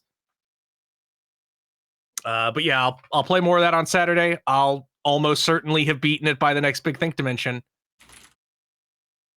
You know, it's not really upsetting me since they removed all the fucking bad combat. It's like, yeah, I just go through it and I keep seeing these scenes and they're either good or bad and sometimes too long. And I'm not going to really discuss the story beyond that because I haven't seen the ending, which I'm sure will be very quirky now that they've redone everything. I will say, bizarrely, this game is not this update is not for new people. Like, What? this is very clearly meant to be viewed in parallel with the original. That no one should ever have to play the original. No, even pretending that you should do that is awful. It doesn't, like, I don't feel like I need to, but I'm just saying, like, oh, you're meant to view this in parallel with it. Like, that's the intention. This is for people who already liked it, which I guess is smarter than trying to desperately launder its reputation. That's it. Show up on Saturday for more YIIK. We're yicking out. Whenever I think that phrase, I always think of when Dexter Douglas in Freakazoid yells that he's freaking out before he turns into Freakazoid. Yeah. Mm-hmm. Oh, no, I will talk about one story thing. They made Michael, the 19-year-old, into Kira. Like from Death Note. He's now a villain, I guess. Because they keep cutting to these intermissions where he's drinking scotch out of a glass with rocks and playing with a gun. And he has that gun now. But he can only use the gun if everyone else is either dead or blinded, like Al Kaiser in SaGa Frontier. So do you think the game intends to paint him in a bad light by doing this, or? I mean, they literally cut to him having evil monologues. Well, that's good. It definitely makes everything he gets deserved.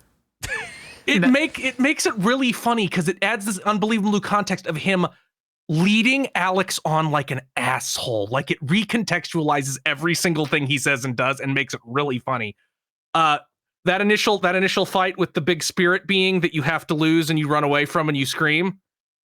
Alex can just Michael can just shoot it in the face and it dies. Okay. Cool.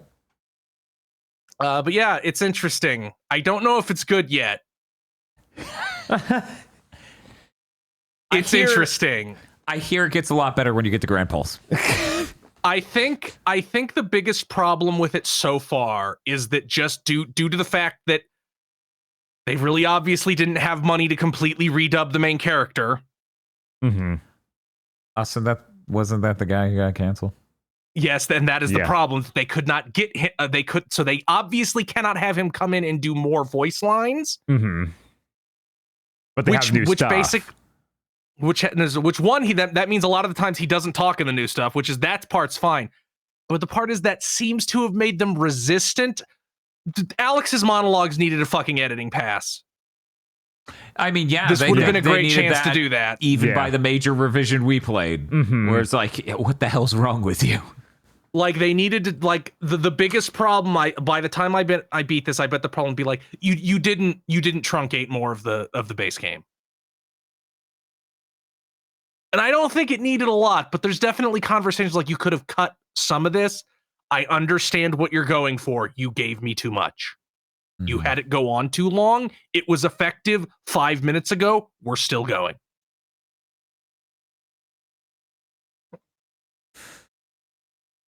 That's it. That's all you play? I put something from it in Most Hideous Creature. Okay. You're almost definitely right. Shut the category game, down. Like, it can win. Here's a really funny thing. If you do a side quest, you get an item that lets you see tester NPCs. So all the people who help test the PC game are NPCs that you can talk to and that they obviously designed. They all look really nice. Every single actual character in YIIK is hideous though. Yeah. Those 3D models look like shit. Yeah. Why does Alex have individually rendered teeth? I don't know. Why is? But I'm excited. I'll learn the secret of YIIK, and then I'll come and being like, I beat the new YIIK, and it's fine. And then That's all. That's probably how it'll go. And then it'll be like, aggro, you play YIIK also. I unironically think at least now it would kind of be aggro's thing. Well, I can't speak to the new version. Because now you're not eating 10 hours of millet. I feel like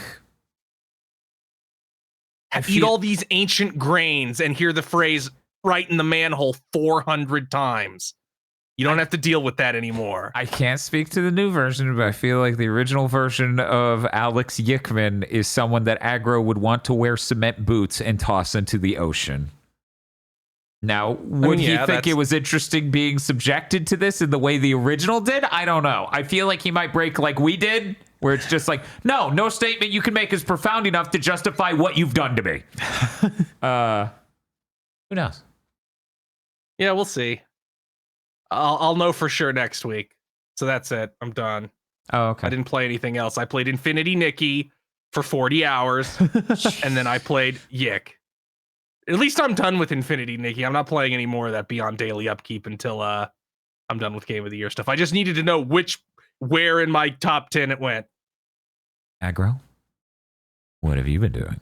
I didn't get to play a lot this week. I'm still chipping away at Kunitsugami, a game that has decided that I'm old enough to make it on my own and cut off my allowance, and then started beating my ass.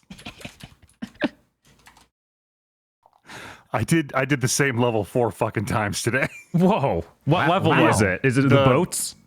No, the boats are fun and easy and a delight. This is the second cave level, where it's like, spheres, currency? You don't need currency. Fuck you.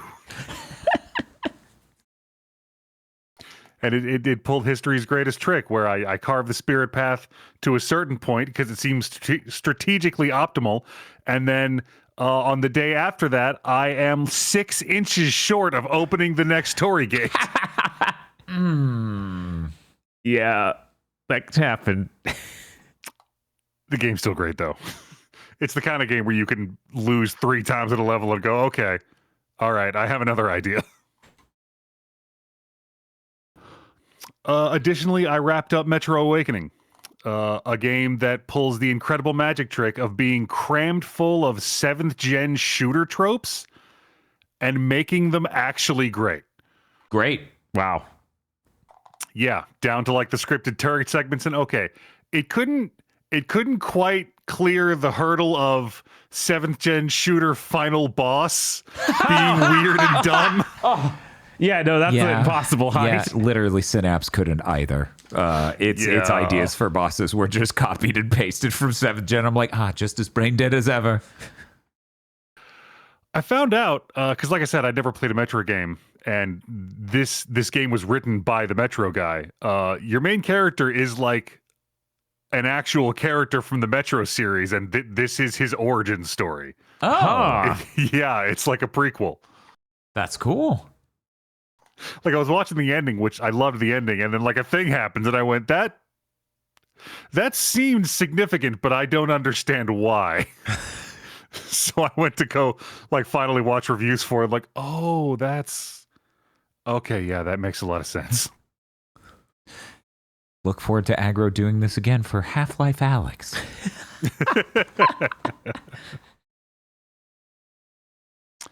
It like this game was enough to make me almost want to go play, was it Arizona Sunshine? Yeah. Because just the gun handling and the reloading and all the mechanical stuff you're doing is so damn good. Yeah. That it might be enough to carry me through a lol kill zombies isn't this wacky game. Right, and a lot of people have praised the remake of Arizona Sunshine a lot. As it turns out, VR games, when they have good gunplay, are just intensely enjoyable affairs. Mm-hmm. Oh my god! And like there are just a couple of segments of this game where I finished the section out of ammo, holding an empty pistol, going, "Holy shit!" I think that Star Wars game is coming to PlayStation Plus Premium or something. I think so, yeah. So that's cool. If you have PlayStation Plus Premium and a VR headset, you can get that sometime soon. So that's cool. That's what I think of when I think, oh, this game isn't like content wise that great, right? But the gunplay is fucking awesome. Mm-hmm. I will say, after having watched a few reviews for Metro Awakening, a lot of people are telling you to up the brightness, and those people are cowards. There are sections of this game where you are only supposed to see the tiny circle of your headlamp, and your headlamp has a throw like a bad video game shotgun. It's like 15 feet. Oh my God. And that light ends.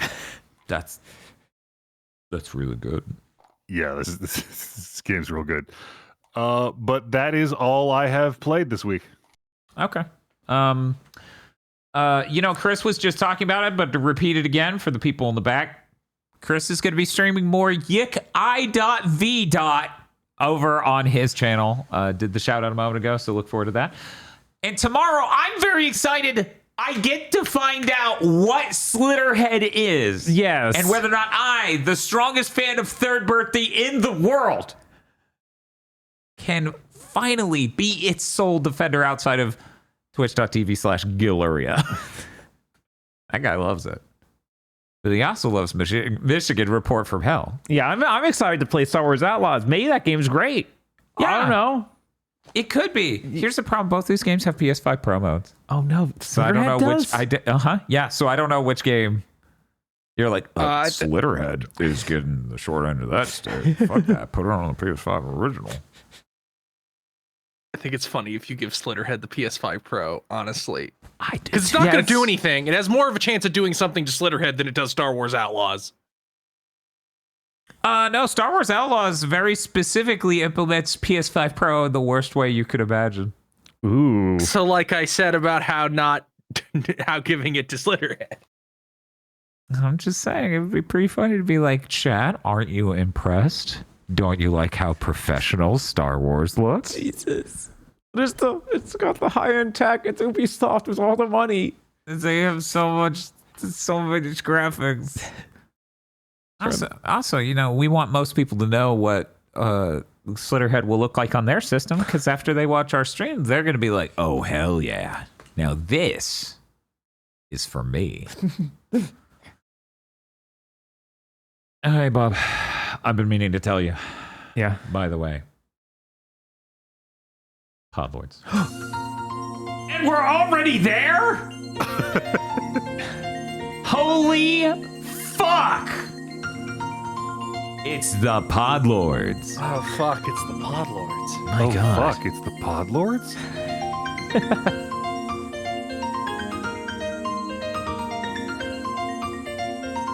Yes, that's right. The Podlords. Podlords such as BN12, Red Blaze 27. What the fuck have you done to my Twitch recap? Oh, you are monsters spreading pestilence. This is the power we have. I like Suicide Squad right next to it. Scatter Kusoge. Like the Funko Pops in box rising out of the ground on both sides. Yeah, they just shoot out insanely tall on the sides, making a tunnel.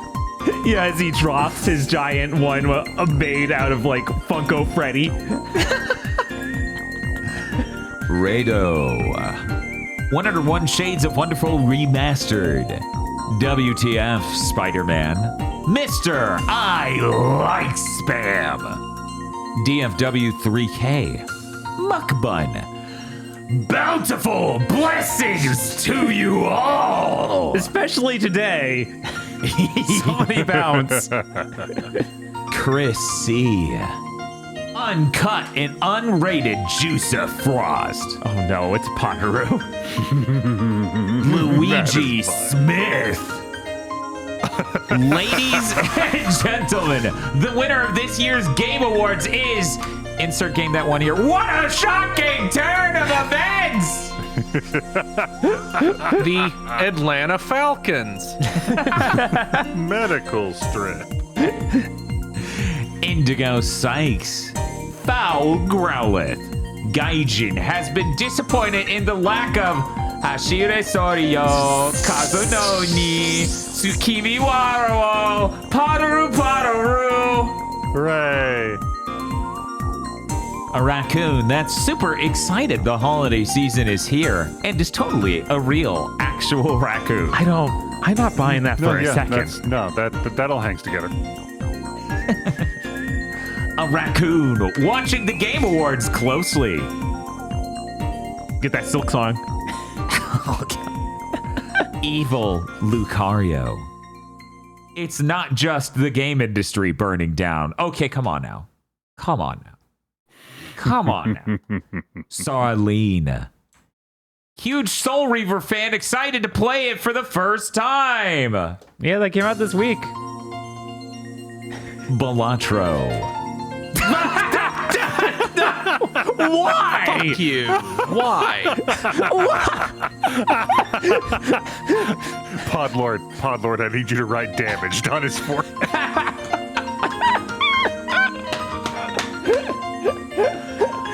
Is it because Velatro didn't win? I did.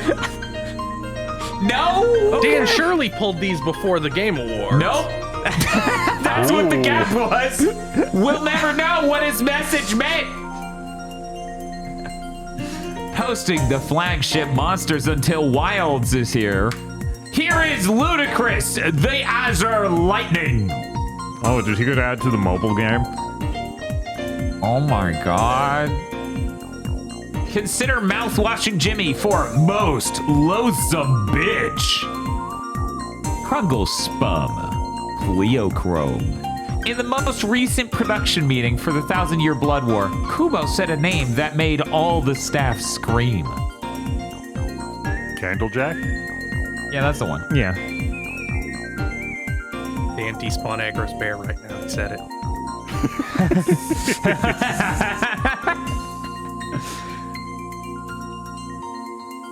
That game you like was snubbed at the Game Awards. Oh. I don't know how that feels. Yeah, skill issue. I would simply like the best games. It's always worked well for me. Marvel Rivals accomplished one of the rarest feats around. They made my boy Peter look cool. Oh, damn. Wow, I didn't even see that. It's all right. I feel like Peter Parker shouldn't look so Chad-like usually. He should have a little bit of a softer chin. Virmvarm. Jinke. She has the same expression I have, hoping I said that right. Publishers live service game strategy in 2025, which you can see the image for last week. Ooh. Dan, you moron! This was my plan to flood the Podlordas with monster fuckers listing their oofies. Jesus. Masterful gambit, sir. Jesus. That is a deranged face. Reen Schwarzer. Oh, Ack! The YIIK Lords. Brago? Brago? Couldn't tell you. And Oh yeah, it's Brago. Digital Basic. Oh no, they fell over. Get well soon. Yeah, rip. Thank you very much to our Podlords. Thank you, Podlords. Thank you, Podlords. Thank you, Podlords. If you'd like to become a Podlord, you can go to our Patreon at patreon.com/gbpodcasts. Can you tell this is really late?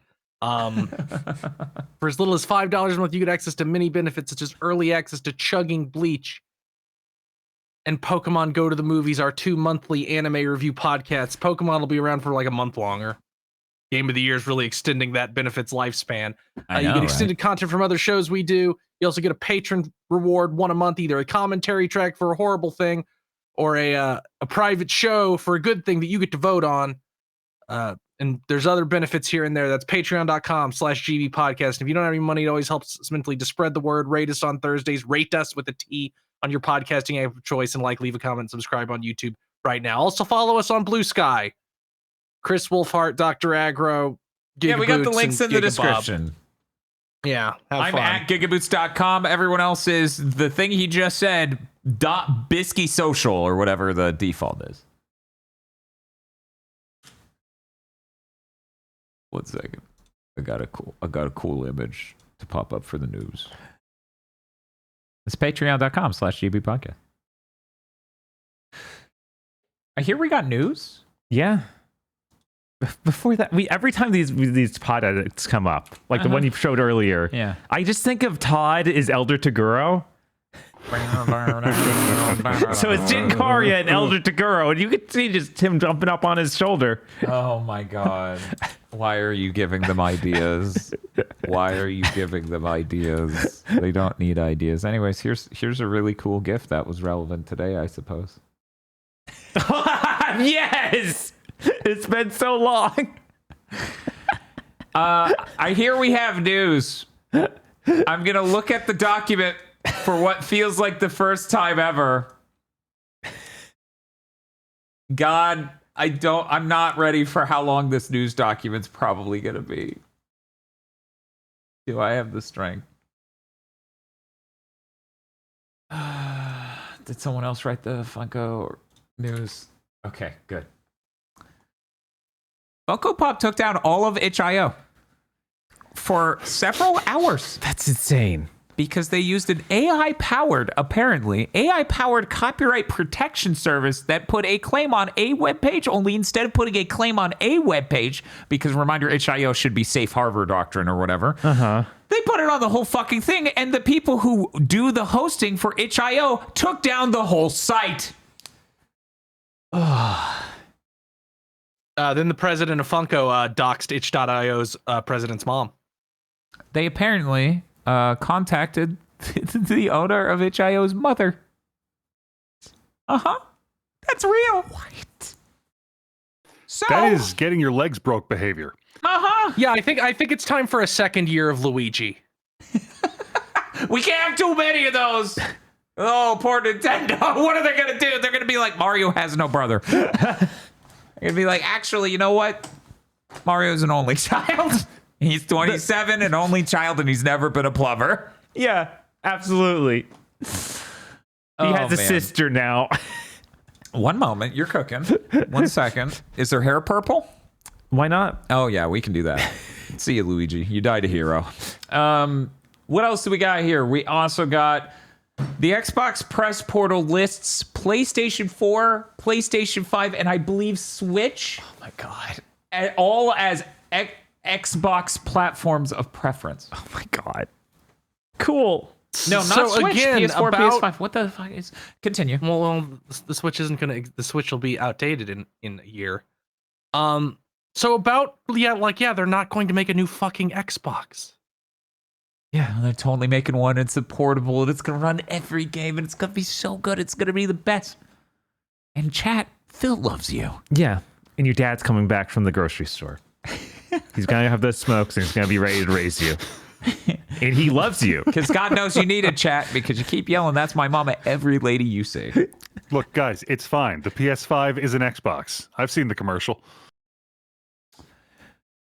I really do wonder how long ago we called this. The dissolution of the Xbox as an idea. Yeah, we've been talking about it for so long.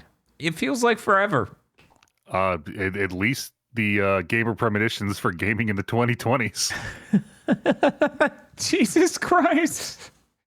Why are we the Cassandra of fucking podcasting? I don't know. This feels This terrible. is ludicrous. Yeah, everything's happening. Everyone else, no. And then when it happens, we knew. Right. God. Okay. Anyway. We're moving on. Hey, Chris, I hear you got some cool Suicide Squad news. Okay, I'll do mine and then do our 2 industry burning down points because there's only 2 this week. Okay. So we won't even bother with the guest, I don't think. So brief. I don't know. He loves being and on one fire. of them's really funny. Cooldown Games established. It's a publisher that explicitly wants to make smaller games that has many industry veterans involved. They are specifically like, yeah, everybody has some huge mega game they play all the time. We don't want to make one of those. We want to make a game that you can play like when you're not playing Fortnite or Genshin Impact or whatever, like a game that's like maybe a couple hours long and then you move on with your life. What a concept. Yeah. You mean that thing people just fucking want? Right. It's almost like one of those just one game of the year. It is almost like that. It is almost like exactly that. Hey, Bob. And Hey. time for bad news, sort of. Fucking, I don't really think either of those are that bad. Mm-hmm. Ubisoft wants to be bought out by Tencent so they can remain so the Guillemot family can remain in control because investors want them gone. The investors are right. Why? And I don't think it'll work out for them even if Tencent does buy them. Why would Tencent buy you and then leave the people who got in that situation in an unrestrained position of power? Your ass will be on a leash for as long as they are legally obligated to keep you where you are, and then you will be gone. And maybe that's okay with you, cuck. Highly related. Did you see what was it? The creator of Beyond Good and Evil, Michel Ancel, actually talked about that game he was making at Sony getting brought back into Ubisoft, and the other game he was working on, Beyond Good and Evil 2, both just burning up because Ubisoft's management was that fucking bad at the time. Sony, by the way, tried to buy the game back from Ubisoft. They tried to buy that God, what was the name of that thing? Wilds. Yeah, they tried to buy it back after management had finished the shuffle. Ubisoft wouldn't sell it back to them. Man. He legitimately believes if Sony got back control of that game, it could have finished, but Ubisoft was so unbelievably fucked in the earth. Yeah. And they still are and aren't getting any better. By the way, Bob, I watched a streamer play Rayman 2 to the end. Okay. It's weird watching that and be like, wow, this is like especially towards the end, you get a lot of the experience kind of playing that in Beyond Good and Evil. So I feel like we played these in the wrong order. Right. Of course. You should play the PS2 version of Rayman 2. Someone in chat will have an opinion on that. No. So Suicide Squad kill what it should be called, which is Suicide Squad Kills the Justice League, not what they decided to name it, Suicide Squad : Kill the Justice League. Yeah, they're done. It's over. You'll still be able to play it. They're not taking it from sale, but nothing more. It's over. So they made exactly what they had already had mostly done, and then it's over. Yep. I'm sure it's a very conclusive ending. You know, I had a moment right now. It was like a small power trip where I went, we're not going to stream that. Who's going to stream it for you, chat? What streamer do you know that's going to play through the entirety of the DLC? That's right. I don't even think that's... I'd be stunned if that DLC added anything. Like anything substantial. I think people are like, yeah, you get one cutscene when you unlock the Joker, and then that's it. No, it's gonna add like 3 boss battles that are all the same boss battle with voice lines to tell you that a story is happening off screen. I don't think they're getting that. I think this was literally like, no, we're done. What's out is out. Like, they're not resolving that. It doesn't deserve that. Oh, it's gonna resolve off screen. You're gonna be told in a voice line, oh, the thing happened. Oh, that's awesome. Good job, guy who killed everyone. They are releasing an offline mode and Deathstroke. And then that's it. They're putting Deathstroke in? Yep. Wow. A character anyone might know. Who it's weird to have Deadshot and Deathstroke. They kind of fulfill the same environmental niche, in my opinion. Mm-hmm. Sorry to derail.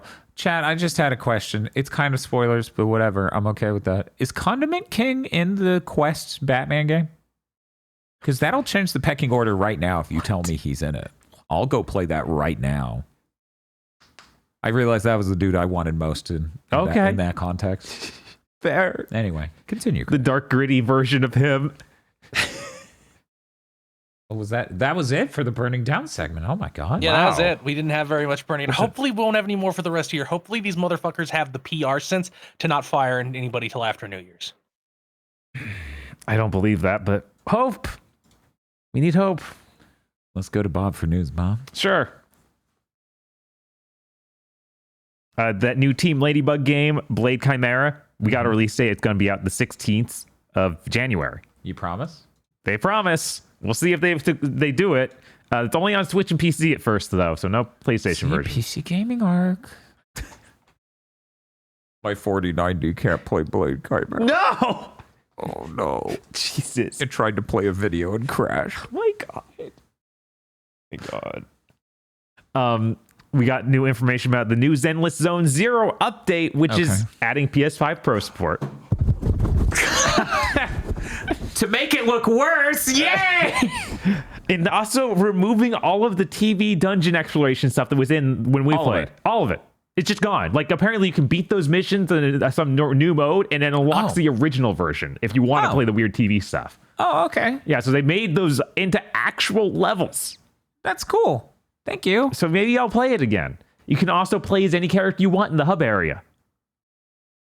Instead of just... Why wasn't that a thing? I don't know. A lot of this update seems to be like, yeah, we heard everything you said when it came out. Why is the core proposition of Zenless Zone Zero so good and the execution so ass? I don't know. It even has thigh jiggle. There's so much good ideas in that game. But then every idea above all of those, shit. Just covered in shit. Well, I guess I'll have to check that out for Game of the Year. Yeah, that's out December 6th or December 18th, so next week. You know, they had a much faster turnaround on fixing that game than it feels like they had with Star Wars Outlaws. I feel like Zenless came after that. Yeah, I think you're right. Yeah. It is... too close to call. Yeah, it's really close to call, and MoyHoYo is more well-versed in doing that sort of thing, it feels. Like, they make a lot of changes frequently to their big games. Yeah. And I don't know if it would be something that does. Did you know Fortnite constantly changes the gun feel? No. Yeah, they went projectile-based last season, and now they're back to hit scan. Weird. Yeah, fucking bizarre. Weird. Yeah, I had no idea. What do you mean Zenless was July? Fuck this year! Uh-huh. Yeah. What? But that's one of the elements I'm most interested in Infinity, Nikki, because every like new content drop in Genshin, it's like, we learned so much from the last thing. Here, like, I'm like, in a year, Infinity Nikki might feel like Mario Odyssey. They could just keep adding things. It's very possible. Oh, yeah. Last thing I got in my news, Gal Guardians Servant of the Dark got a release date. It's out March 27th. That's the sequel to Gal Guardians. That's actually Metroidvania this time. Which, reminder, that was originally called Grim Guardian? I think so. Cool. Yeah, and then I wish the original was a true Metroidvania. I know, right? Hey, Aggro, I hear you have news, and I do not believe your first bullet, but feel free to speak it on my platform. So apparently they're still making DLC for Atomic Heart. No. We are up to the third one, Enchantment Under the Sea. Coming out. Yeah. So now we're literally becoming BioShock. Yes. Yeah. No, that's the I think all these apotheosis shits continues. are still the dreams. All the dream shit still, right? No, this one actually looked real. Yeah, there was Annihilation Instinct, and then Trapped in Limbo was the dream one. And this one, like, I think you even glimpsed some of the underwater facility in the base game. Yeah. But we're going back to there, and there's like a talking dolphin, and you get like a whip grappling hook thing coming out of the glove, and a thunder hammer. The Thunder Hammer. The Thunder Hammer. So yeah, I'm excited about these guys continuing to make things because Atomic Heart was so close to being really, really good. Just it had some rough problems that they could polish that up and make some really good shit. Wait a second, you don't have Game Pass. How are you going to play it? Not. Oh, okay. I played all the way through Atomic Heart. I'm going to wait for their next game. Yeah, no, Yeah. you know that can't be fixed, but the next game might be good. Yeah, even if Aggro had loved it, I feel like don't buy DLC is kind of Correct. It's very common for people to be like, no, I bought the game. It was good. I'm good. I mean, just a lot of DLCs also just seem to be bad. Yeah, especially 7th gen ones. Right, and this game feels like a 7th gen game. I assume the DLC is also 7th gen. Why have we not added crispy critters to our soundboard? I don't know. Huh. Do you think anyone made a supercut of every time he says it in the whole game? Absolutely. They should have. Almost certainly. If it was a more popular game, that definitely would have happened by now. So, in news that excites me more than any other human being I am aware of, the original Talos Principle game is getting remade. Talos Principle Reawakened in Unreal Engine 5. This includes the Road to Gehenna expansion, as well as a new chapter called In the Beginning, which goes over Alexander Drennan setting up the simulation. That's going to be cool. They added a bunch of quality of life stuff, like the ability to rewind time, which sounds amazing, as well as a hint system. There is also developer commentary for the base game, and a motherfucking level editor. Yep. Wow. You can make puzzles in it now. Weird. Yeah. We solve your Talos puzzles. What do you mean there's a dev exit? Yeah, for Chris, life. just like I will be submitting 5 every single time you do this. The first part of my puzzle is you have to solve the age-old question. Is this a riddle or is this a math problem? Oh my God. I really appreciate the time we did like, hey, let's check out the level creator for Portal 2. Bob, I made a level. And then I'm like, well, the thing is you're supposed to look up. And Bob's like, I seriously dislike that. You should kill yourself. We had a 0 to 60 on that video. It would have been so funny to do a fucking series like Mega Man Maker for Portal 2 levels. God, It's just like, this is fucking stupid. I hate this. You're stupid. I'm deleting this now. So it's not that you couldn't solve it? No. That's not it at all, actually. I reject your puzzle on moral grounds. Yeah, that'd be great. That'd be really good.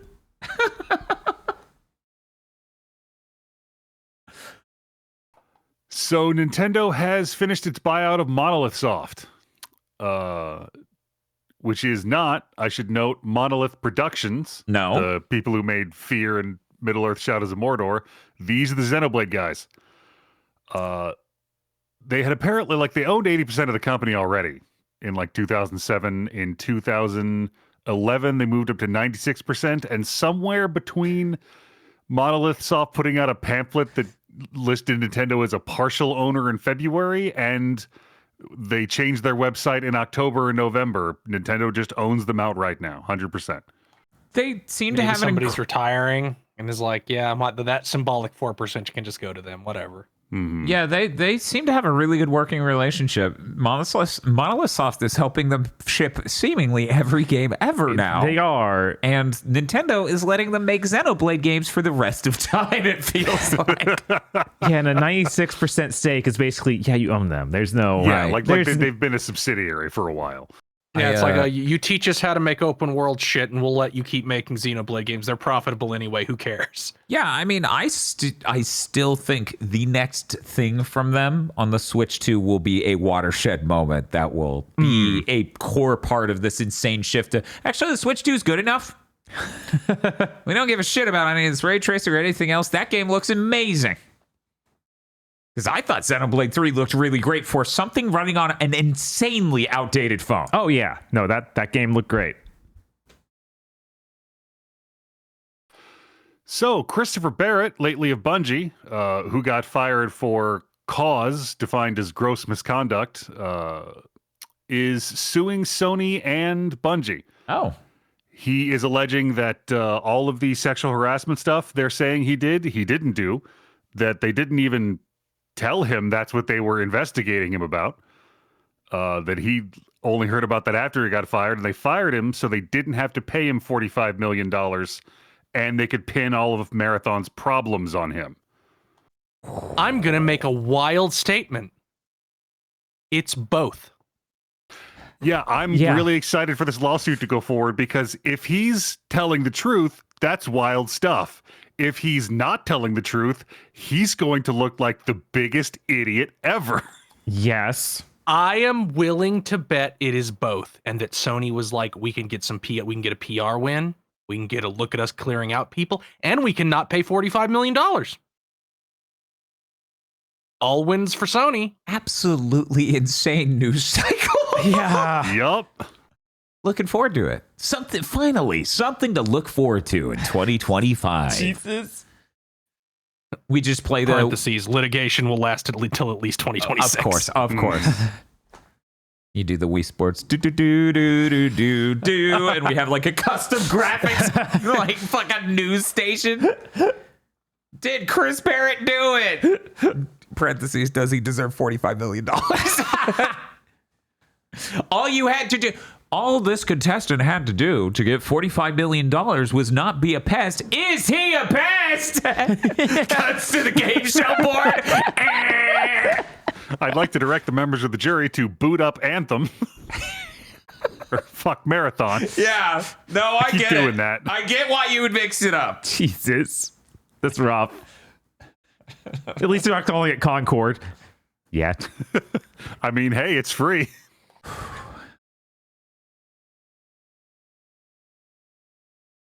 And that's it for agro news, I believe. Is that right? Mm-hmm. Okay. Well, that means we're moving on to things we maybe should move on to. Questionable. Let me. What is this wholesome snack? That's the Game Awards edition. That was the wholesome direct for the Game Awards that aired like a day ago. Okay, Bob, what happened? There were some neat games. I'll go through them really quick. Cappy Castaway. You play as a Cappy. Or a capybara. I have no idea what the game is, but you dig up stuff, and apparently it's narrative driven in some way. Cute art style. Great. Piece by piece, you play as a little fox who runs a shop and repairs stuff. Cool. Neat. Yeah, could be good. Duck Detective: The Ghost of Glamping. Glamping. The Ghost of Ghost of Glomping and Yowie Powdle's past. So yeah, his new Duck Detective game. Duck Detective looks pretty cool. Lau's Lagoon, a seaplane pilot builds a small town. Yeah, they clearly like Ghibli films. Look kind of neat. Cool. River Towns, the city builder set alongside rivers. Little Rocket Lab, a factory building sim with a pixel art style. Loco Moto is a train simulator with furries. Just throwing it out there. That's how you know it's wholesome. Yeah. Pimbleton Park? Yeah. It's a cozy town builder where your town is a pinball table. Oh, that sounds dope. Yeah, it's pretty neat. Wild Society, I have no idea. WYLDE for anyone who wanted to look it up. It's got a witch and sort of a Great Gatsby looking situation. I don't know. I have no clue. Hang on a second. I want to drill in on this. Because, Bob, in your notes, you've written the Great Gatsby sort of time period. Yeah. Bob, do you know the decade the Great Gatsby is set? This is so fucked up. I wish I had the fucking Who Wants to Be a Millionaire sound, like the tension. Like 1890 or something? Can I guess? Go for it. Which I would like to stress guessing. Yeah. 1916? Dan's closer. Damn it. Okay. Damn it, I was so close. God damn it. It takes place in the 20s. God damn it, I was so fucking close. Yeah, somewhere around there. Look, I'm sorry. I'm a little bit disappointed in you. One, I've never read the book. Two, look, maybe the 16s were roaring too. You don't know. You weren't there. Oh, I'm sorry. Is there a member of the podcast group who is 108 years old? And then they ended on Tome 2 is in development. Imagine the word tome, but you got all dyslexic. Or it's a poem with T instead of a P. Oh, a toem. Mm-hmm. The first one is some sort of black and white photography game with cute art style. So I assume it's going to be more of that. But this was just literally a logo drop. The Indie Live Expo also happened. I covered a few games during my games I played. This thing is a 3-hour nightmare. 1 solid hour of it is 10-second clips with the narrators from those Inti Creates games who Oh. Yeah, you know the one. He's got the one who thinks he sounds cool because he's trying to do the epic movie trailer voice, but he can't quite. Mm-hmm. In fact, I think I sounded closer on accident. It's hard to... Yeah, so an hour solid of that. And then 2 hours of terrible stage presentations that you would expect from Japanese television. So, not a good event. In fact, a nightmare of an event. Don't watch it. Cool. And then Day of the Devs Game Awards edition. This was actually really cool. Okay. Far Away is a procedurally generated shooting star constellation making puzzle game. That sounds great. The dude says, like, yeah, he was inspired by Tetris. It doesn't play anything like Tetris, but it's supposed to be highly repeatable like it. It looked really cool. You, like, guide this shooting star around and have to form formations with different stars that are in the sky. And, yeah. Ultimate Sheep Raccoon. That's the name of the game. New Podlord. 2D bicycling racing party game. Sounds dope. Sleight of Hand. We saw a CD trailer for this. We did. A while ago. It's a stealth game set in like the 1950s, but you play as a witch who uses magic cards. The cards randomize your abilities, and the game looks like it runs really bad. But who knows? Maybe he'll fix it up by the time the game comes out. I'm sure my 4090 would win. Maybe. Nah, it'd win. Demon Tide. This is the sequel to Demon Turf. Should have been called Demon Surf. Ever since GigaBoots said that. Yeah. I think that was Sure. good. I'll buy it. Yeah, no, I'm gonna buy it and play it. It's like fucking whatever. Should have been called Demon Trans Rights. You're right. It's just I'm sure true. that'll be a cosmetic. The game has cosmetics, by the way. Yeah, it has a lot of different outfits to wear. Apparently different moves you can equip and all sorts of other stuff. I use full 3D graphics this time. No more 2D sprites for the characters. Mm-hmm. Yeah. Which Hopefully no more combat rooms either. Hopefully. Yeah, I think he patched those out, I think. And, well, at very least, there was the small DLC standalone game that apparently had less of that in it, if I remember correctly, for Demon Turf. I miss the 2D art because I think it looked sharper and it was more expressive. Yeah, I don't think these 3D models are quite up to snuff. That was a really special looking art style, and they definitely lost something going into this. I like that this has the weird custom enhancements. So you can do a midair spin, you can turn into a bubble, you can do all these things that are just different things you can equip to get through the environments. I really liked Demon Turf, except asterisk. And if you want the full details, go watch the Big Think where Bob and I basically do a spoiler cast at the beginning. Yeah. I'm definitely signed up for this. And it's open world this time. And they showed it's like it's big. It's big. It's a Wind Waker. Imagine Bowser's Fury. Big water area. Yes. So I'm excited. That could be really cool. Kingmakers. This is that modern day soldier in a medieval environments game we saw a while ago. They showed that it has city building elements in fully destructible environments. This game ain't gonna run on anything. Nope, can't wait. I'll look this up. Continue. Yeah. Recur, a time controlling mailman platformer. Excuse me. It looked kind of neat. You play as a mailman. I think if you move right, time moves one way, and move left, time moves the other way. But I'm not entirely sure because it was mostly a cinematic trailer. It did not go in depth into the mechanics. You saying the name just Recur by itself, standing, floating alone as a statement, just made me think of Soul Calibur, where he goes, "You cur!" Yeah, one of his shout outs that he does constantly. Blueprints, a roguelike Myst game. It's out in spring. It looks really interesting. Like, what? Yeah, each time you go into the house is rebuilt in a different way. And it's like there's 45 rooms total, and you're looking for the 46th room. It's very strange looking. I definitely started checking it out. Agro almost certainly needs to play this. Blueprints. Yeah. Prints like a royal. Like a little red Corvette. Yes. Incollatus. INCOLATUS. Don't stop, girly pop. What is this title? I What don't is know. this game? This game is really weird. It seems to be a super fast-paced FPS, like boomer shooter sort of thing, but was a girly, garish pink aesthetic. Like I think they called it Barbie punk or something. There are dress-up mechanics for your arms, and the game is all about moving quickly by doing little bunny hops. Oh god, this looks like looks like if you made a girly pop version of fucking Cruelty Squad. I was gonna compare it to trying to be like a Suda game, but you're right.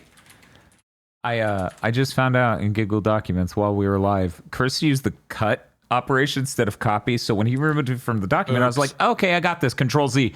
It undid the prior thing I did though, so there was no way to get the text back. I didn't know that's how that worked. Huh? Not a clue. Lock Digital, which apparently we'd seen before. I kind of forgot. Yes. It's this weird puzzle game with a made-up language. Oh, that sound you just heard was aggro popping the biggest boner of his life. It's out now. Wow. Yeah, so you might want to check that out. It looked really cool. Crescent County, I talked about that earlier. Don't need to talk about it again. PBJ the Musical. This is a peanut butter and jelly musical game that looks kind of like a place like Loco Roco. Huh. Where you just sort of move around the environment. But the art style is like made out of still images and looks kind of Monty Python-esque. Huh. Is children sing this song about the invention of peanut butter and jellies. Oh, that's dope. It's really interesting looking. Definitely look at some imagery and some movement for it, because this is bizarre. You need to see it.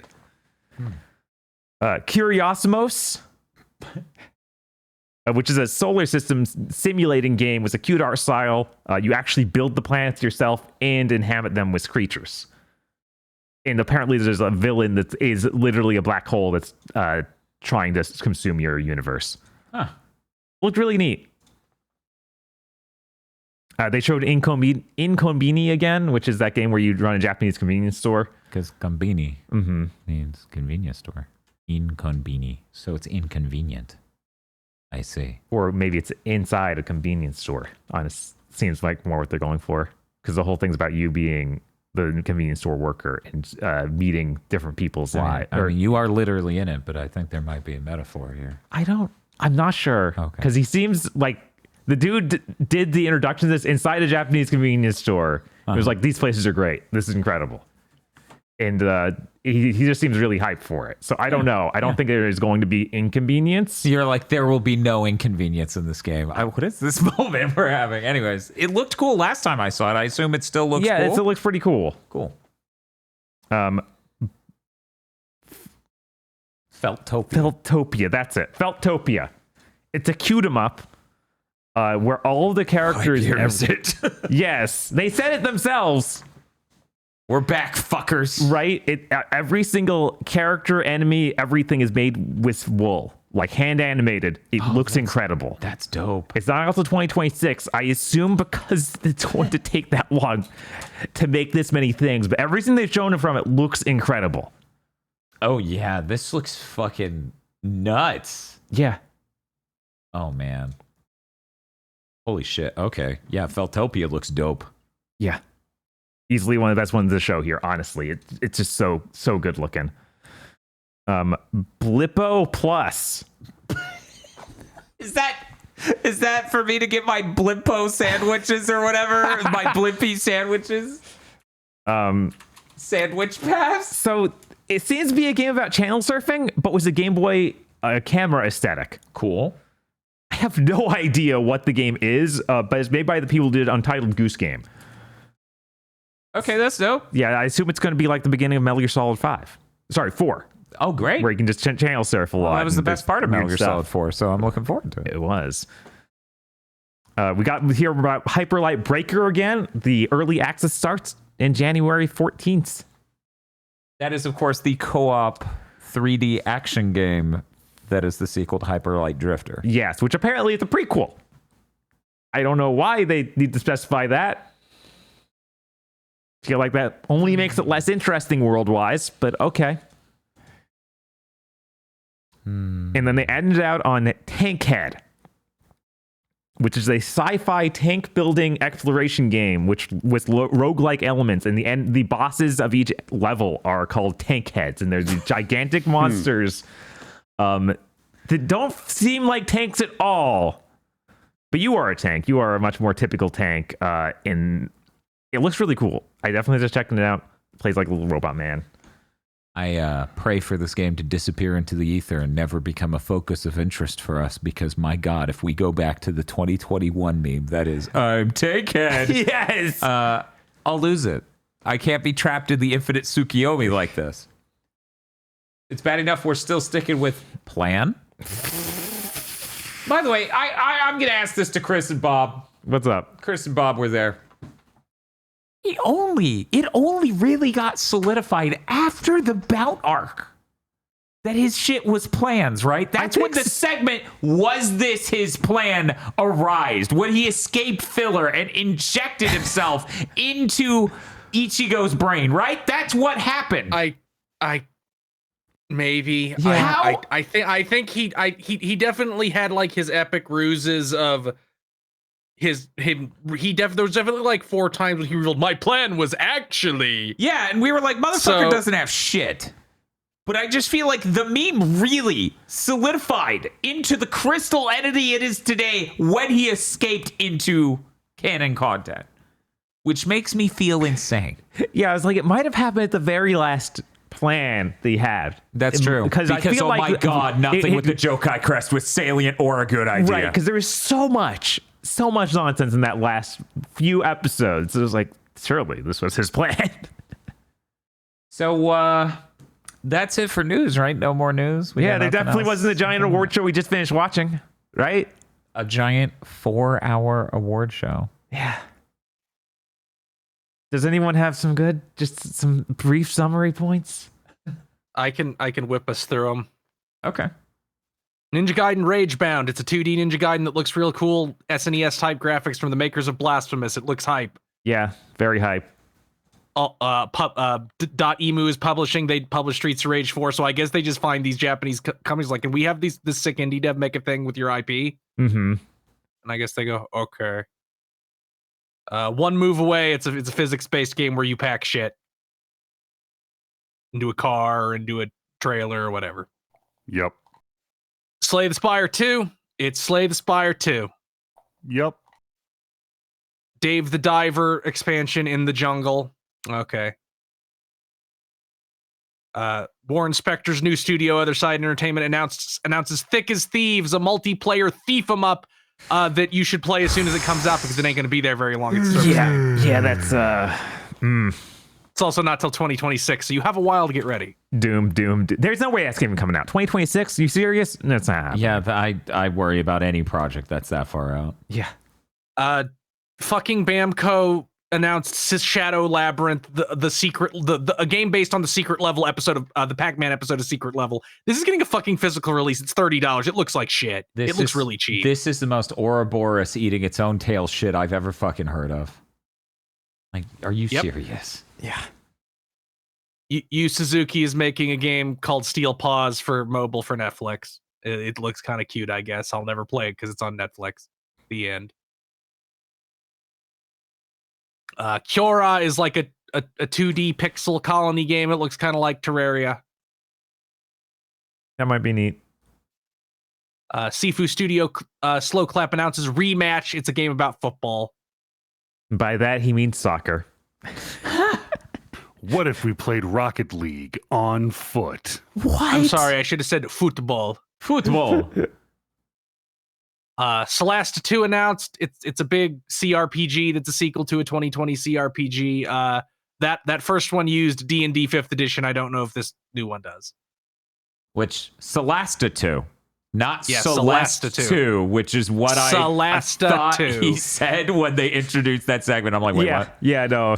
If this was somehow Celeste 2, that would have been kind of wild. The Witcher 4 was announced. It's a big CG trailer that's grimdark.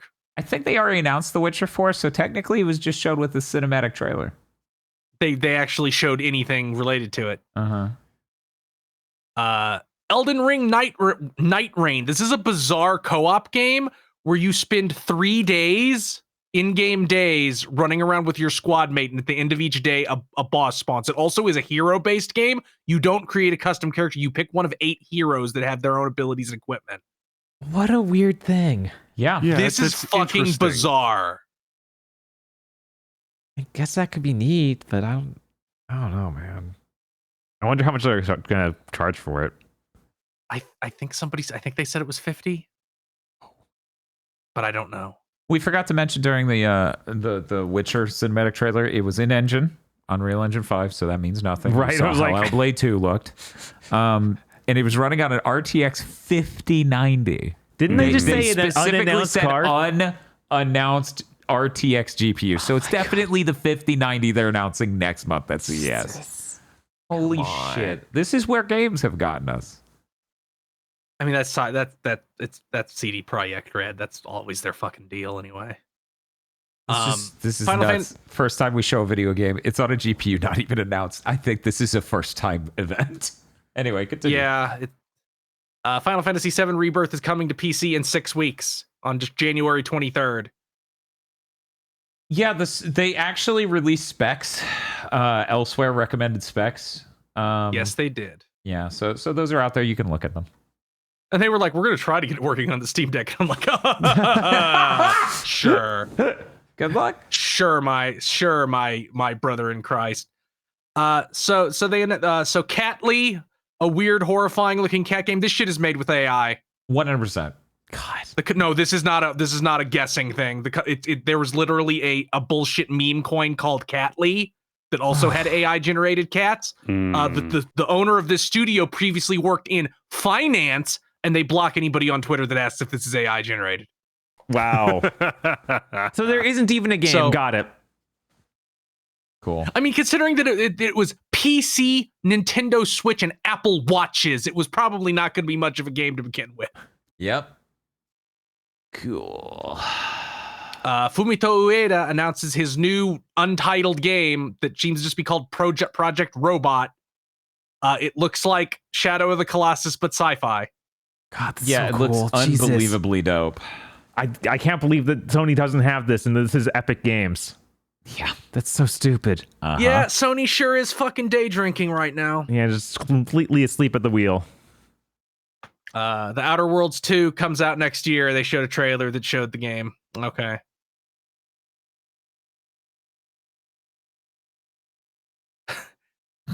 You know, sometimes there are 2 stories happening at once. It's some kind of split fiction. This is the worst. So you're the one who did this, Dan. I did this. You're the one with the mind virus. You injected into me over the. It took 2. It's 2 years since that game came out. 3 years. But this is the new game from Josef Fares' studio. I forget the name of his studio, but it comes out in March. Look pretty neat. Yeah, they look great. Yeah, I'm more excited about that than the Bad Relationship Simulator. The evil book. Sure is what it was. Yes. That may have been the husband. Steel Hunters, a new game from World of Tanks Studio Wargaming. It's a big mech game where you shoot lots of missiles and shit. It looks cool. It has Ligers like from Zoids. You remember Zoids? What do you mean no? Oh no. The long dark which Zoids? You know, the good season. Oh, thank God. No one will. No one can any further you don't need to go question. any farther. Dodge that bullet. The long dark 2 Black Frost announced. It's a survival game.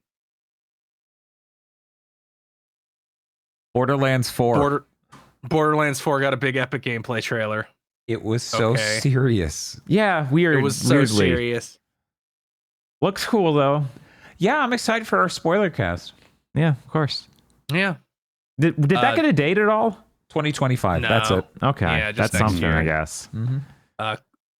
Clive Rossfield from fucking Final Fantasy 16 is being added to Tekken 8 on December 16th. How's he gonna work in Tekken? He only has 1 combo. he'll switch between 6 subsets of 2 moves. Okay, each of them have 2 combos, and he just keeps switching. And you know what? You know what? We're gonna judge this DLC based on one thing: whether or not his victory phrase is him going, "That's enough." Jesus. I just hope the cooldowns are still in there. Oh my god! I mean, Tekken does put in stuff like that sometimes. Like they put in the power meters for Akuma and stuff. He needs to do his ultimate. His super attack, and that's when he says it. That's when he goes, "That's enough." Jesus. Torgal's there to give you shitty heals. Yeah. I recovered 1 health. 1% of my health. RGG Studios is making a new Virtua Fighter. That's all we know. Apparently, that new direct didn't have any more shit about this game specifically. It was just shit about death, a new Discord server, and that Virtua Fighter 5 version, that new version of that. Man, RGG Studio. Maybe I'm weird. I think it's fucking strange for a game to just be like, join our Discord. Yeah, I feel weird. That is weird. Yeah. When it's not an indie game. Like, I get it for an indie game. Like, you want people like build a community, the familiarity and community. It's just fucking stop weird. using Discord to replace having a website. New flavor of Pepsi. Join the Discord. Right? That's what it is. Feels weird. RGG Studios announces Project Century. It's a game set in 1915 Japan. It looks cool. It looks more cool. like a slight. It looks like to a Like a Dragon game as Rise of the Ronin is to like Neo, where it's like this has more money and we're making a higher end thing. Because some of those animations were higher end than like a Dragon game, and also the combat seemed to have more that we spent too much money on animations visual to it. It looks so good. It does look really good. So fucking excited, you guys. Almost as excited as I am for a new Turok game to justify my terrible flop swap. Yes. Turok Origins was announced. I don't think Turok should be an over-the-shoulder third-person type game. I feel like that should be a boomer shooter, but I don't know if that dinosaur powers, maybe it'll work. Yeah, I mean, your teammates were like, "Oh, I'm dinoing out." I don't know what to think about anything. One of the Marvel Rivals, when you play as the Hulk, he has a terrible voice clip when he hulks out. He's like, "I'm hulking out," and you have to hear it all the time. People kept writing that. Yes. I was too distracted by the fact our Hulk was crowd surfing the entire enemy team to notice what he had said right before he did it. Dark Sector 2 announced, by which I mean Warframe 1999, the Warframe alpha that never was and has now been turned into a full game that is being added to Warframe on Saturday. Everything's crazy. Even they're like, we don't know what our game is anymore. Actually, as of this moment right now, it is being added today. Oh. Yeah. I feel like if I just played all the trailers from this Game Awards with the logos scrubbed off and asked you to pinpoint which one of these was the Warframe game, 80% at best. Yeah, right? Like, we could easily all get it pretty wrong. Also, mildly skipped over it. Helldivers 2, the Light Beings shit, is actually dropping today? Yeah, it's out now. Oh, so the Helldivers out there is up now. Omens of Tyranny. Holy shit. That looked dope. UFOs and shit. Right. People with glowing eyes that tell me to LTG like I'm Kitty Kong or something. Pal World gets a big update on the 23rd. It's called Pal World Faybreak. Okay. I want them to do a phonetically similar thing for every. So that was Daybreak. Mm-hmm. Okay. We need something to be also very similar to the subtitle of some other game next year. They're going to be like Pal World Milds. They're going to be Pal World Shadow of the Pal Tree. Yes. Yeah. There we go. If they actually add fist fighting and that, somebody fucking tell me. Maybe I'll look at videos of it. Onimusha Way of the Sword comes out in 2026. That's a new Onimusha game. That's too far away, but I'm happy. There was like a year we missed there. God. Yeah, the theme of this Game Awards is there is no games in 2025. Not from a Western studio, anyway. But the first Berserker's coming out March 27th, 2025. Yep. That game looks neat. We got a giant CG trailer. It still looks cool. I wish I liked Souls games. Yeah, I still think it's weird to do this huge CD trailer when it's like, we've seen a ton of the game. Oh, yeah. No, it's weird, but I presume it grabs someone in the Game Awards audience. Yeah, maybe. Yeah. A standalone Dying Light expansion called Dying Light the Beast comes out. The guy has beast abilities. It's in summer 2025. Yeah, we saw that a little bit ago, and I don't know. I'm interested. It looks pretty cool. Our main character is struggling with the fact he was the victim of an experiment. And now he's so cool, and that's really tearing him up on positive. Yeah, so it's just like Call of Duty Black Ops 6. Also, Dungeon and Fighter Arad was shown. Yeah, that serves their Genshin. Yep. Everybody needs one. I don't even have words. Yep. Stage Fright is a new game from the makers of Overcooked. It looks like a co-op thing with like little British children. It has some kind of split screen shit going on. As you were saying before, it's some sort of split fiction. Yeah. They're making a Game of Thrones action game type RPG thing called Game of Thrones King's Road. Okay. It seemed completely inauthentic because when I watched House of Dragons, I couldn't see House of Dragons. So that trailer was too visible. What that was about. The Last of Us 2 remastered comes to PC on April 3rd, 2025. We didn't get anything new about that Double Dragon Revive thing, right? Maybe a date, nope, October. Just a trailer. October 23rd, 2025. That date is so far away. Yeah, for this game that looks insanely low budget, and I don't get it. It's weird. Yeah, real weird. Yeah, real weird. I don't get it either. New Sonic Racing game, Sonic Racing Crossworlds. Please let Crossworlds mean you have shit other than Sonic characters in it. Yeah. I like Sonic characters, but come on, you're SaGa. You have a lot. Yeah, you're SaGa. Put some fucking Sakura War characters in. That'd be sick as shit. Have a weird cutscene where Sagata Sanshiro is like, "I will race with you, Sonic." Why does he have that scarf and that bug outfit? We'll never figure it out. Sagata Sanshiro, you're so goofy. What a mystery you are. Mafia: The Old Country comes summer 2025. That looks neat. I love period piece games, so I'm happy about that. We skipped a couple things. They showed off Den of Wolves from the Payday creators. I can't remember a date or anything on that. I assume it didn't even have one. Also, there was anime lady driving a hyper-realistic car, I believe, which was Screamer. Yeah. And we were Screamer. like, what the fuck is... Okay, all right. Mafia: The Old Country did look cool as shit. I hope that's good. So former Telltale devs are making a superhero comedy game called Dispatch, where you play as some dickhead with an Iron Man suit who's stuck in an office job, sending people out on missions. It sure looks a lot better than any Telltale game. The marvels of not working with 15-year-old technology for no reason. The main character's bit is that he uses his mech, and they make fun of him for not having real powers. Main character voiced by Aaron Paul, a person I only recently realized voices Todd from BoJack Horseman. I've only seen him in two things, that and a car commercial he recorded that he made reference to in BoJack Horseman, where he's just like, then I got that one weird gig narrating a car commercial. God. I was like, what the fucking... So I've only seen pictures of this fucker in Breaking Bad until this moment. That broke me. I just had to... Fucking 5 seasons of that guy. Anyways, the weirdest part about Dispatch, they end it and they just show Aaron Paul and then a bunch of names. A lot of them are fucking YouTubers. Like Jack that actually kind of Joel Haver. Yeah. And then in the bottom right, they go back and they're like, also Matthew Mercer and Travis Willingham. And I'm like, these are different. Yeah, that's weird. Moist Critical Thought Squad right next to Matt Mercer and Travis Williams. Yeah. I don't know what horrible curse you have to fill your game with fucking YouTubers, but whatever. We got to get people interested no matter what. Try doing that with your game. No. God. Capcom's making Okami 2 with Hideki Kamiya, his new studio Clover with an S. Oh my fucking god!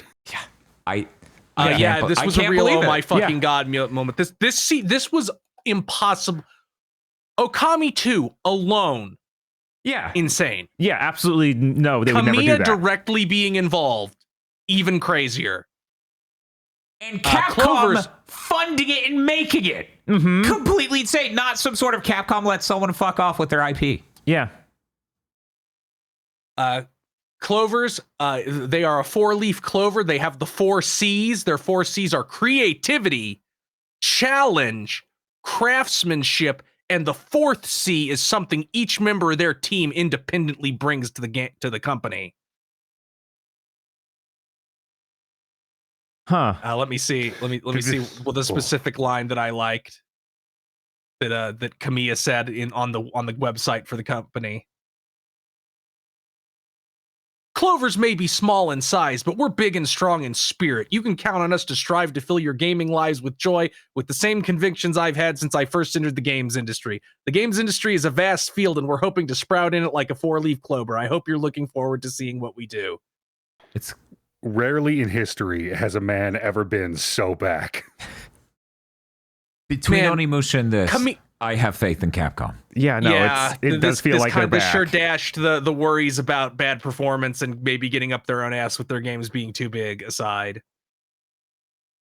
We still haven't seen that one game, the one you literally wanted to see at this event. Pragmata. Yeah, Pragmata. Yeah. Yeah. So a little worried about that. As you should be.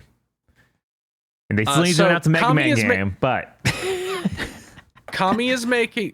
Well, don't worry. If there's even a remote shot of a Mega Man game anytime within the next 2 years, it's going to be the Switch reveal. Yeah, or somewhere related to the new Switch. So Kami is making a sequel to like what his most beloved game with Capcom. He almost assuredly poached a shitload of people from Platinum for Clovers. Definitely. What? That never happens. That never happened. And Platinum is making nothing. But Inaba pops up every so often to say, we're still making service games. Yep. I wonder why he might want to escape that company. Man, that was also already just had people post for Grand Blue. Yep. We left. He left a year ago. Yeah, that commitment. And Platinum has not announced or been reported to be involved with anything, and that we don't fucking know what they're doing other than that game he was making that is now assuredly canceled. Mm-hmm. I think Platinum might be washed. Yeah, no, I once think they announce the Switch 2 lineup, I will be ready to comment. Yeah, it's always possible that they could announce Bayo 4 or Astral Chain 2. Chain 2, which is great because then aggro can't escape. and then this one will just be Gurren Lagann this time instead of Ava, and I'll just be pissed. I'll be like, no, do the brain dead wake up Shoryuken of fucking fiction. Why was this game ripping off Gatekeepers? Who even remembers Gatekeepers? Why is it ripping off Get Backers? Oh god, no! I don't want to use my Jagon on people. And the Game Awards ends with Naughty Dog's new game, Intergalactic: The Heretic Prophet. It's a retro, futuristic cassette sci-fi thing with licensed songs. I looked real closely at that trailer. There's going to be like 100 big Hollywood actors in it. Yeah, like you have that guy she's hunting is a big actor, and I think in that wall of clips, like one of the people she's looking for, or that who will be in flashbacks assuredly, is like the dad from Stranger Things. I think is who he is. Okay. So these all seem like smaller actors who are popular. Like that guy she's hunting definitely isn't like what I would call a big actor. I don't know. He's been in a lot of shit recently. If you're a major character in an MCU film, I feel like you get to pretend you're pretty big. What was this character again? I don't remember their name. Something like Klungo the Solemn, because it's fucking the Eternals. Yeah, it's somebody in the Eternals. So I don't think so major MCU characters Yeah, I feel like I was a major character in that movie. I feel like that movie failed so hard that he didn't get to have any benefit from that. People are saying Kingo? Kumail Nanjiani is the actual actor's name. Yeah, he's not Klungo for Banjo-Kazooie, chat. That is fucking depressingly, when you asked me what that character's name was, the first thing I went to was Klungo.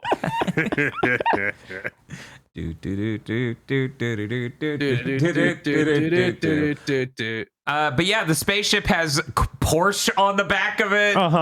She's got a CD player. Katana. That's Sony, and it's got the disc selector in it. She's got a beam katana that looks like an equalizer because it's got bars that vibrate. It looked cool as hell. There wasn't even like a window. That shit is like 2027. God, I bet. Probably. I bet. If it's 2026, I'll be pleasantly surprised. Hey, where's Wolverine? I don't know. It's coming out next year. Like, Everything's fine. It's actually not. It's coming out in 2026. That was in the leak because it was 2026. Next year is that Venom game, which might not even actually come out. Yeah, you probably just shouldn't. You really need to give Spider-Man a break. No, don't worry. Hiroki Totoki like very clearly implied that he wasn't happy with how well that game sold, with how much it cost. They definitely need to keep packing Spider-Man down your fucking throat without giving it a single opportunity to rest. This project for Naughty Dog has been the most excited I've been for a thing from them since, I guess, the announcement of The Last of Us original in 2012 or 2011. Yeah, it was 2011 because they teased parts of it, if I remember correctly, in the bar in the beginning of Uncharted 3. Oh my God. And Uncharted 3 came out in 2011, so it was very shortly after that. This feels crazy to feel that way. Right. It's been so long. Unless they fix Naughty Dog's workflow, I'm worried that like they don't have a date because they have no idea when they will successfully get this game close to done. Because Druckmann's in charge. Yeah. And that seems to happen. He has that Druckmann magic where he slits the throat of every single person working for him, and they have to eventually start hiring people from Hollywood VFX because nobody in the gaming industry wants to work for Naughty Dog anymore. That's so bad. I can't believe he's still there. But I guess that's just what you get when you get that high. He's been successful. Ranking, right? Looks like Kurt Marganow is in fact working as a game director on Intergalactic. So there we go. Cool. He got really lucky, and The Last of Us 2 came out in the highest period of game spending in human history. And nobody figured out this could have been any game, bro. See, that's the thing. I wonder how much that affected its sales, because for a while there, Sony literally wouldn't talk about the sales with that game. It was really weird. Remember that? Yeah, I remember that. That was fucking I'm weird. Sure. I just assume any game that came out in 2020 sold at least 30% better than it would have otherwise. You're totally right to believe that. I just feel like we finally did get numbers on it, and it was not like spectacular numbers. Mm-hmm. No, it has not been like a super spectacular thing. Like, it's not punching at I think it's over 10 million now, but it is not punching at like a God of War or Spider-Man level. Mm-hmm. Which is maybe a problem because it cost $300 million, but it's a little bit. Just a little bit. But yeah, no, it was a very hype trailer. I'm very excited for this. But that part of my brain that refuses to give a shit until we're anywhere near it coming out, which we obviously aren't. Yeah. I'm just glad it's not another dour sort of game like The Last of Us. They really need to stop with that. I appreciate that it's not post-apocalypse or modern day, that it's doing something a little fresh. I appreciate that they're making this game, because holy shit, the last thing we need from Sony is more sequels, except Ape Escape and Ratchet and Clank. Yeah, you can make sequels to really old stuff, not any of the stuff you made in the last 10 years. Because you already did that. You did. Just to be clear, you did a second Horizon. You did two The Last of Us. Mm-hmm. Oh, you don't want Horizon 3? Spider-Mans. Okay, here's our Horizon service game. You wanted that instead, right? You definitely wanted Guerrilla to be making that and not some other studio, so that's going to be 2030 at the earliest before you see Horizon 3. I hope Horizon 3 is really great. I hope Horizon 3 comes out. Things get really scary when you assign them a big, stupid fucking service game between entries in their franchise and also pack so much Horizon. That Lego Horizon thing did not seem to do very good, by the way. I think it peaked on Steam at less than a Concorde. Speaking of peaked on Steam. Oh my God. Thank you for the beautiful transition I've been waiting for all night. Hey, you remember Pharmagia? Farmagia, what Fairy tale artists. Fairy tale artists farming game made by Marvelous, seemingly. You remember that came out?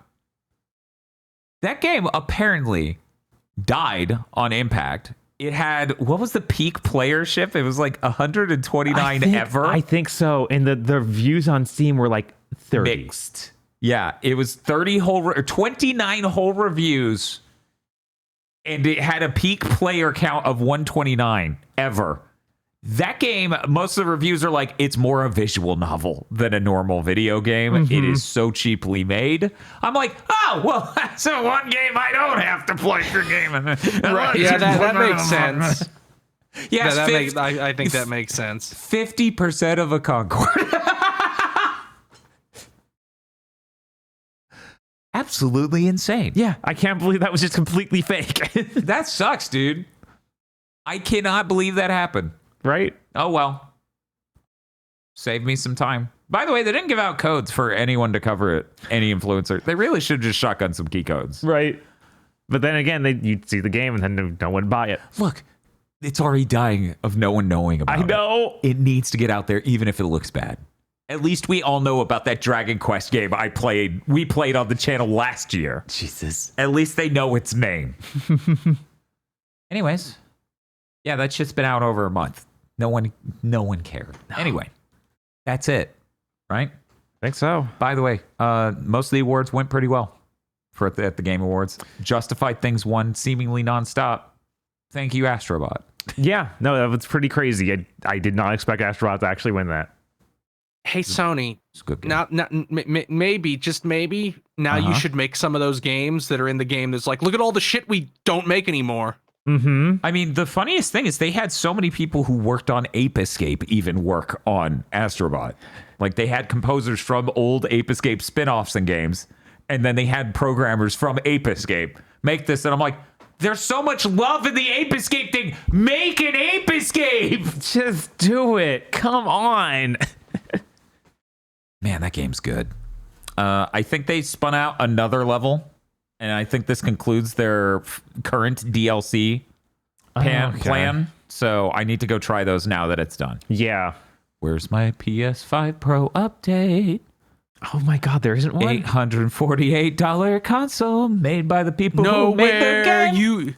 You bought a Rube Trap. It's the Rube Trap.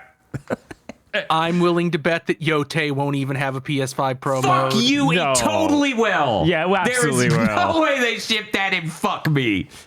Unless they're like, yeah, Sucker Punch, we have our own TAA solution. I mean, the funny thing is the Horizon does, but it still looks way better on the Pro.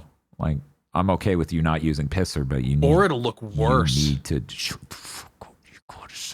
Anyways, please look forward to the Star Wars Outlaws and Slitterhead PS5 Pro, PS5 stream tomorrow. Here's the sad thing, chat, okay?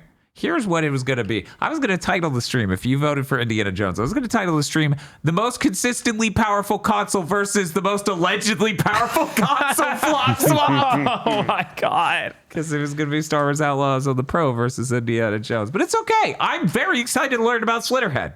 I'm fucking thrilled. I want that game to be good so bad. You will never see me give a game more rope. No, we just one more level. It's gonna get good, guys. It's gonna get good. I want Boca Studios to succeed. I want that director to make a game I really like that is entitled Gravity Rush 1. I'm so excited for that and Star Wars Outlaws because this is Star Wars Outlaw at its peak. It's going to be professional. It's going to be so good. We're going to be blown away. They fixed it. They patched the stealth to apparently just be removed. Yes. That's what one of the patches did, Chad. And of course, as we said before, I'm going to do a shout out again. Chris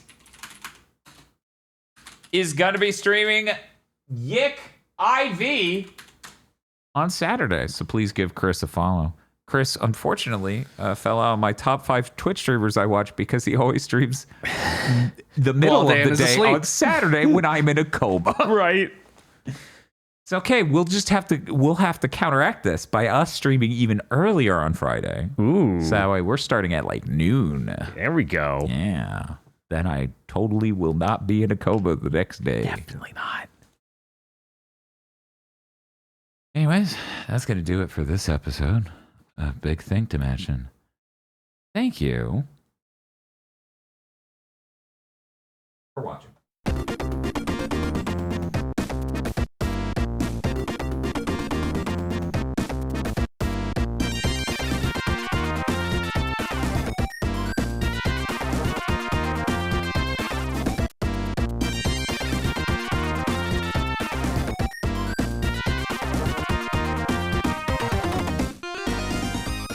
Thanks. Really says it all, doesn't it? We did 302 of these. I think I deserve to take this one casual. Yeah, man. You could support us on Patreon. There are links in the description to do that. It's been amazing. I'm gonna go back to romancing SaGa and get very ill.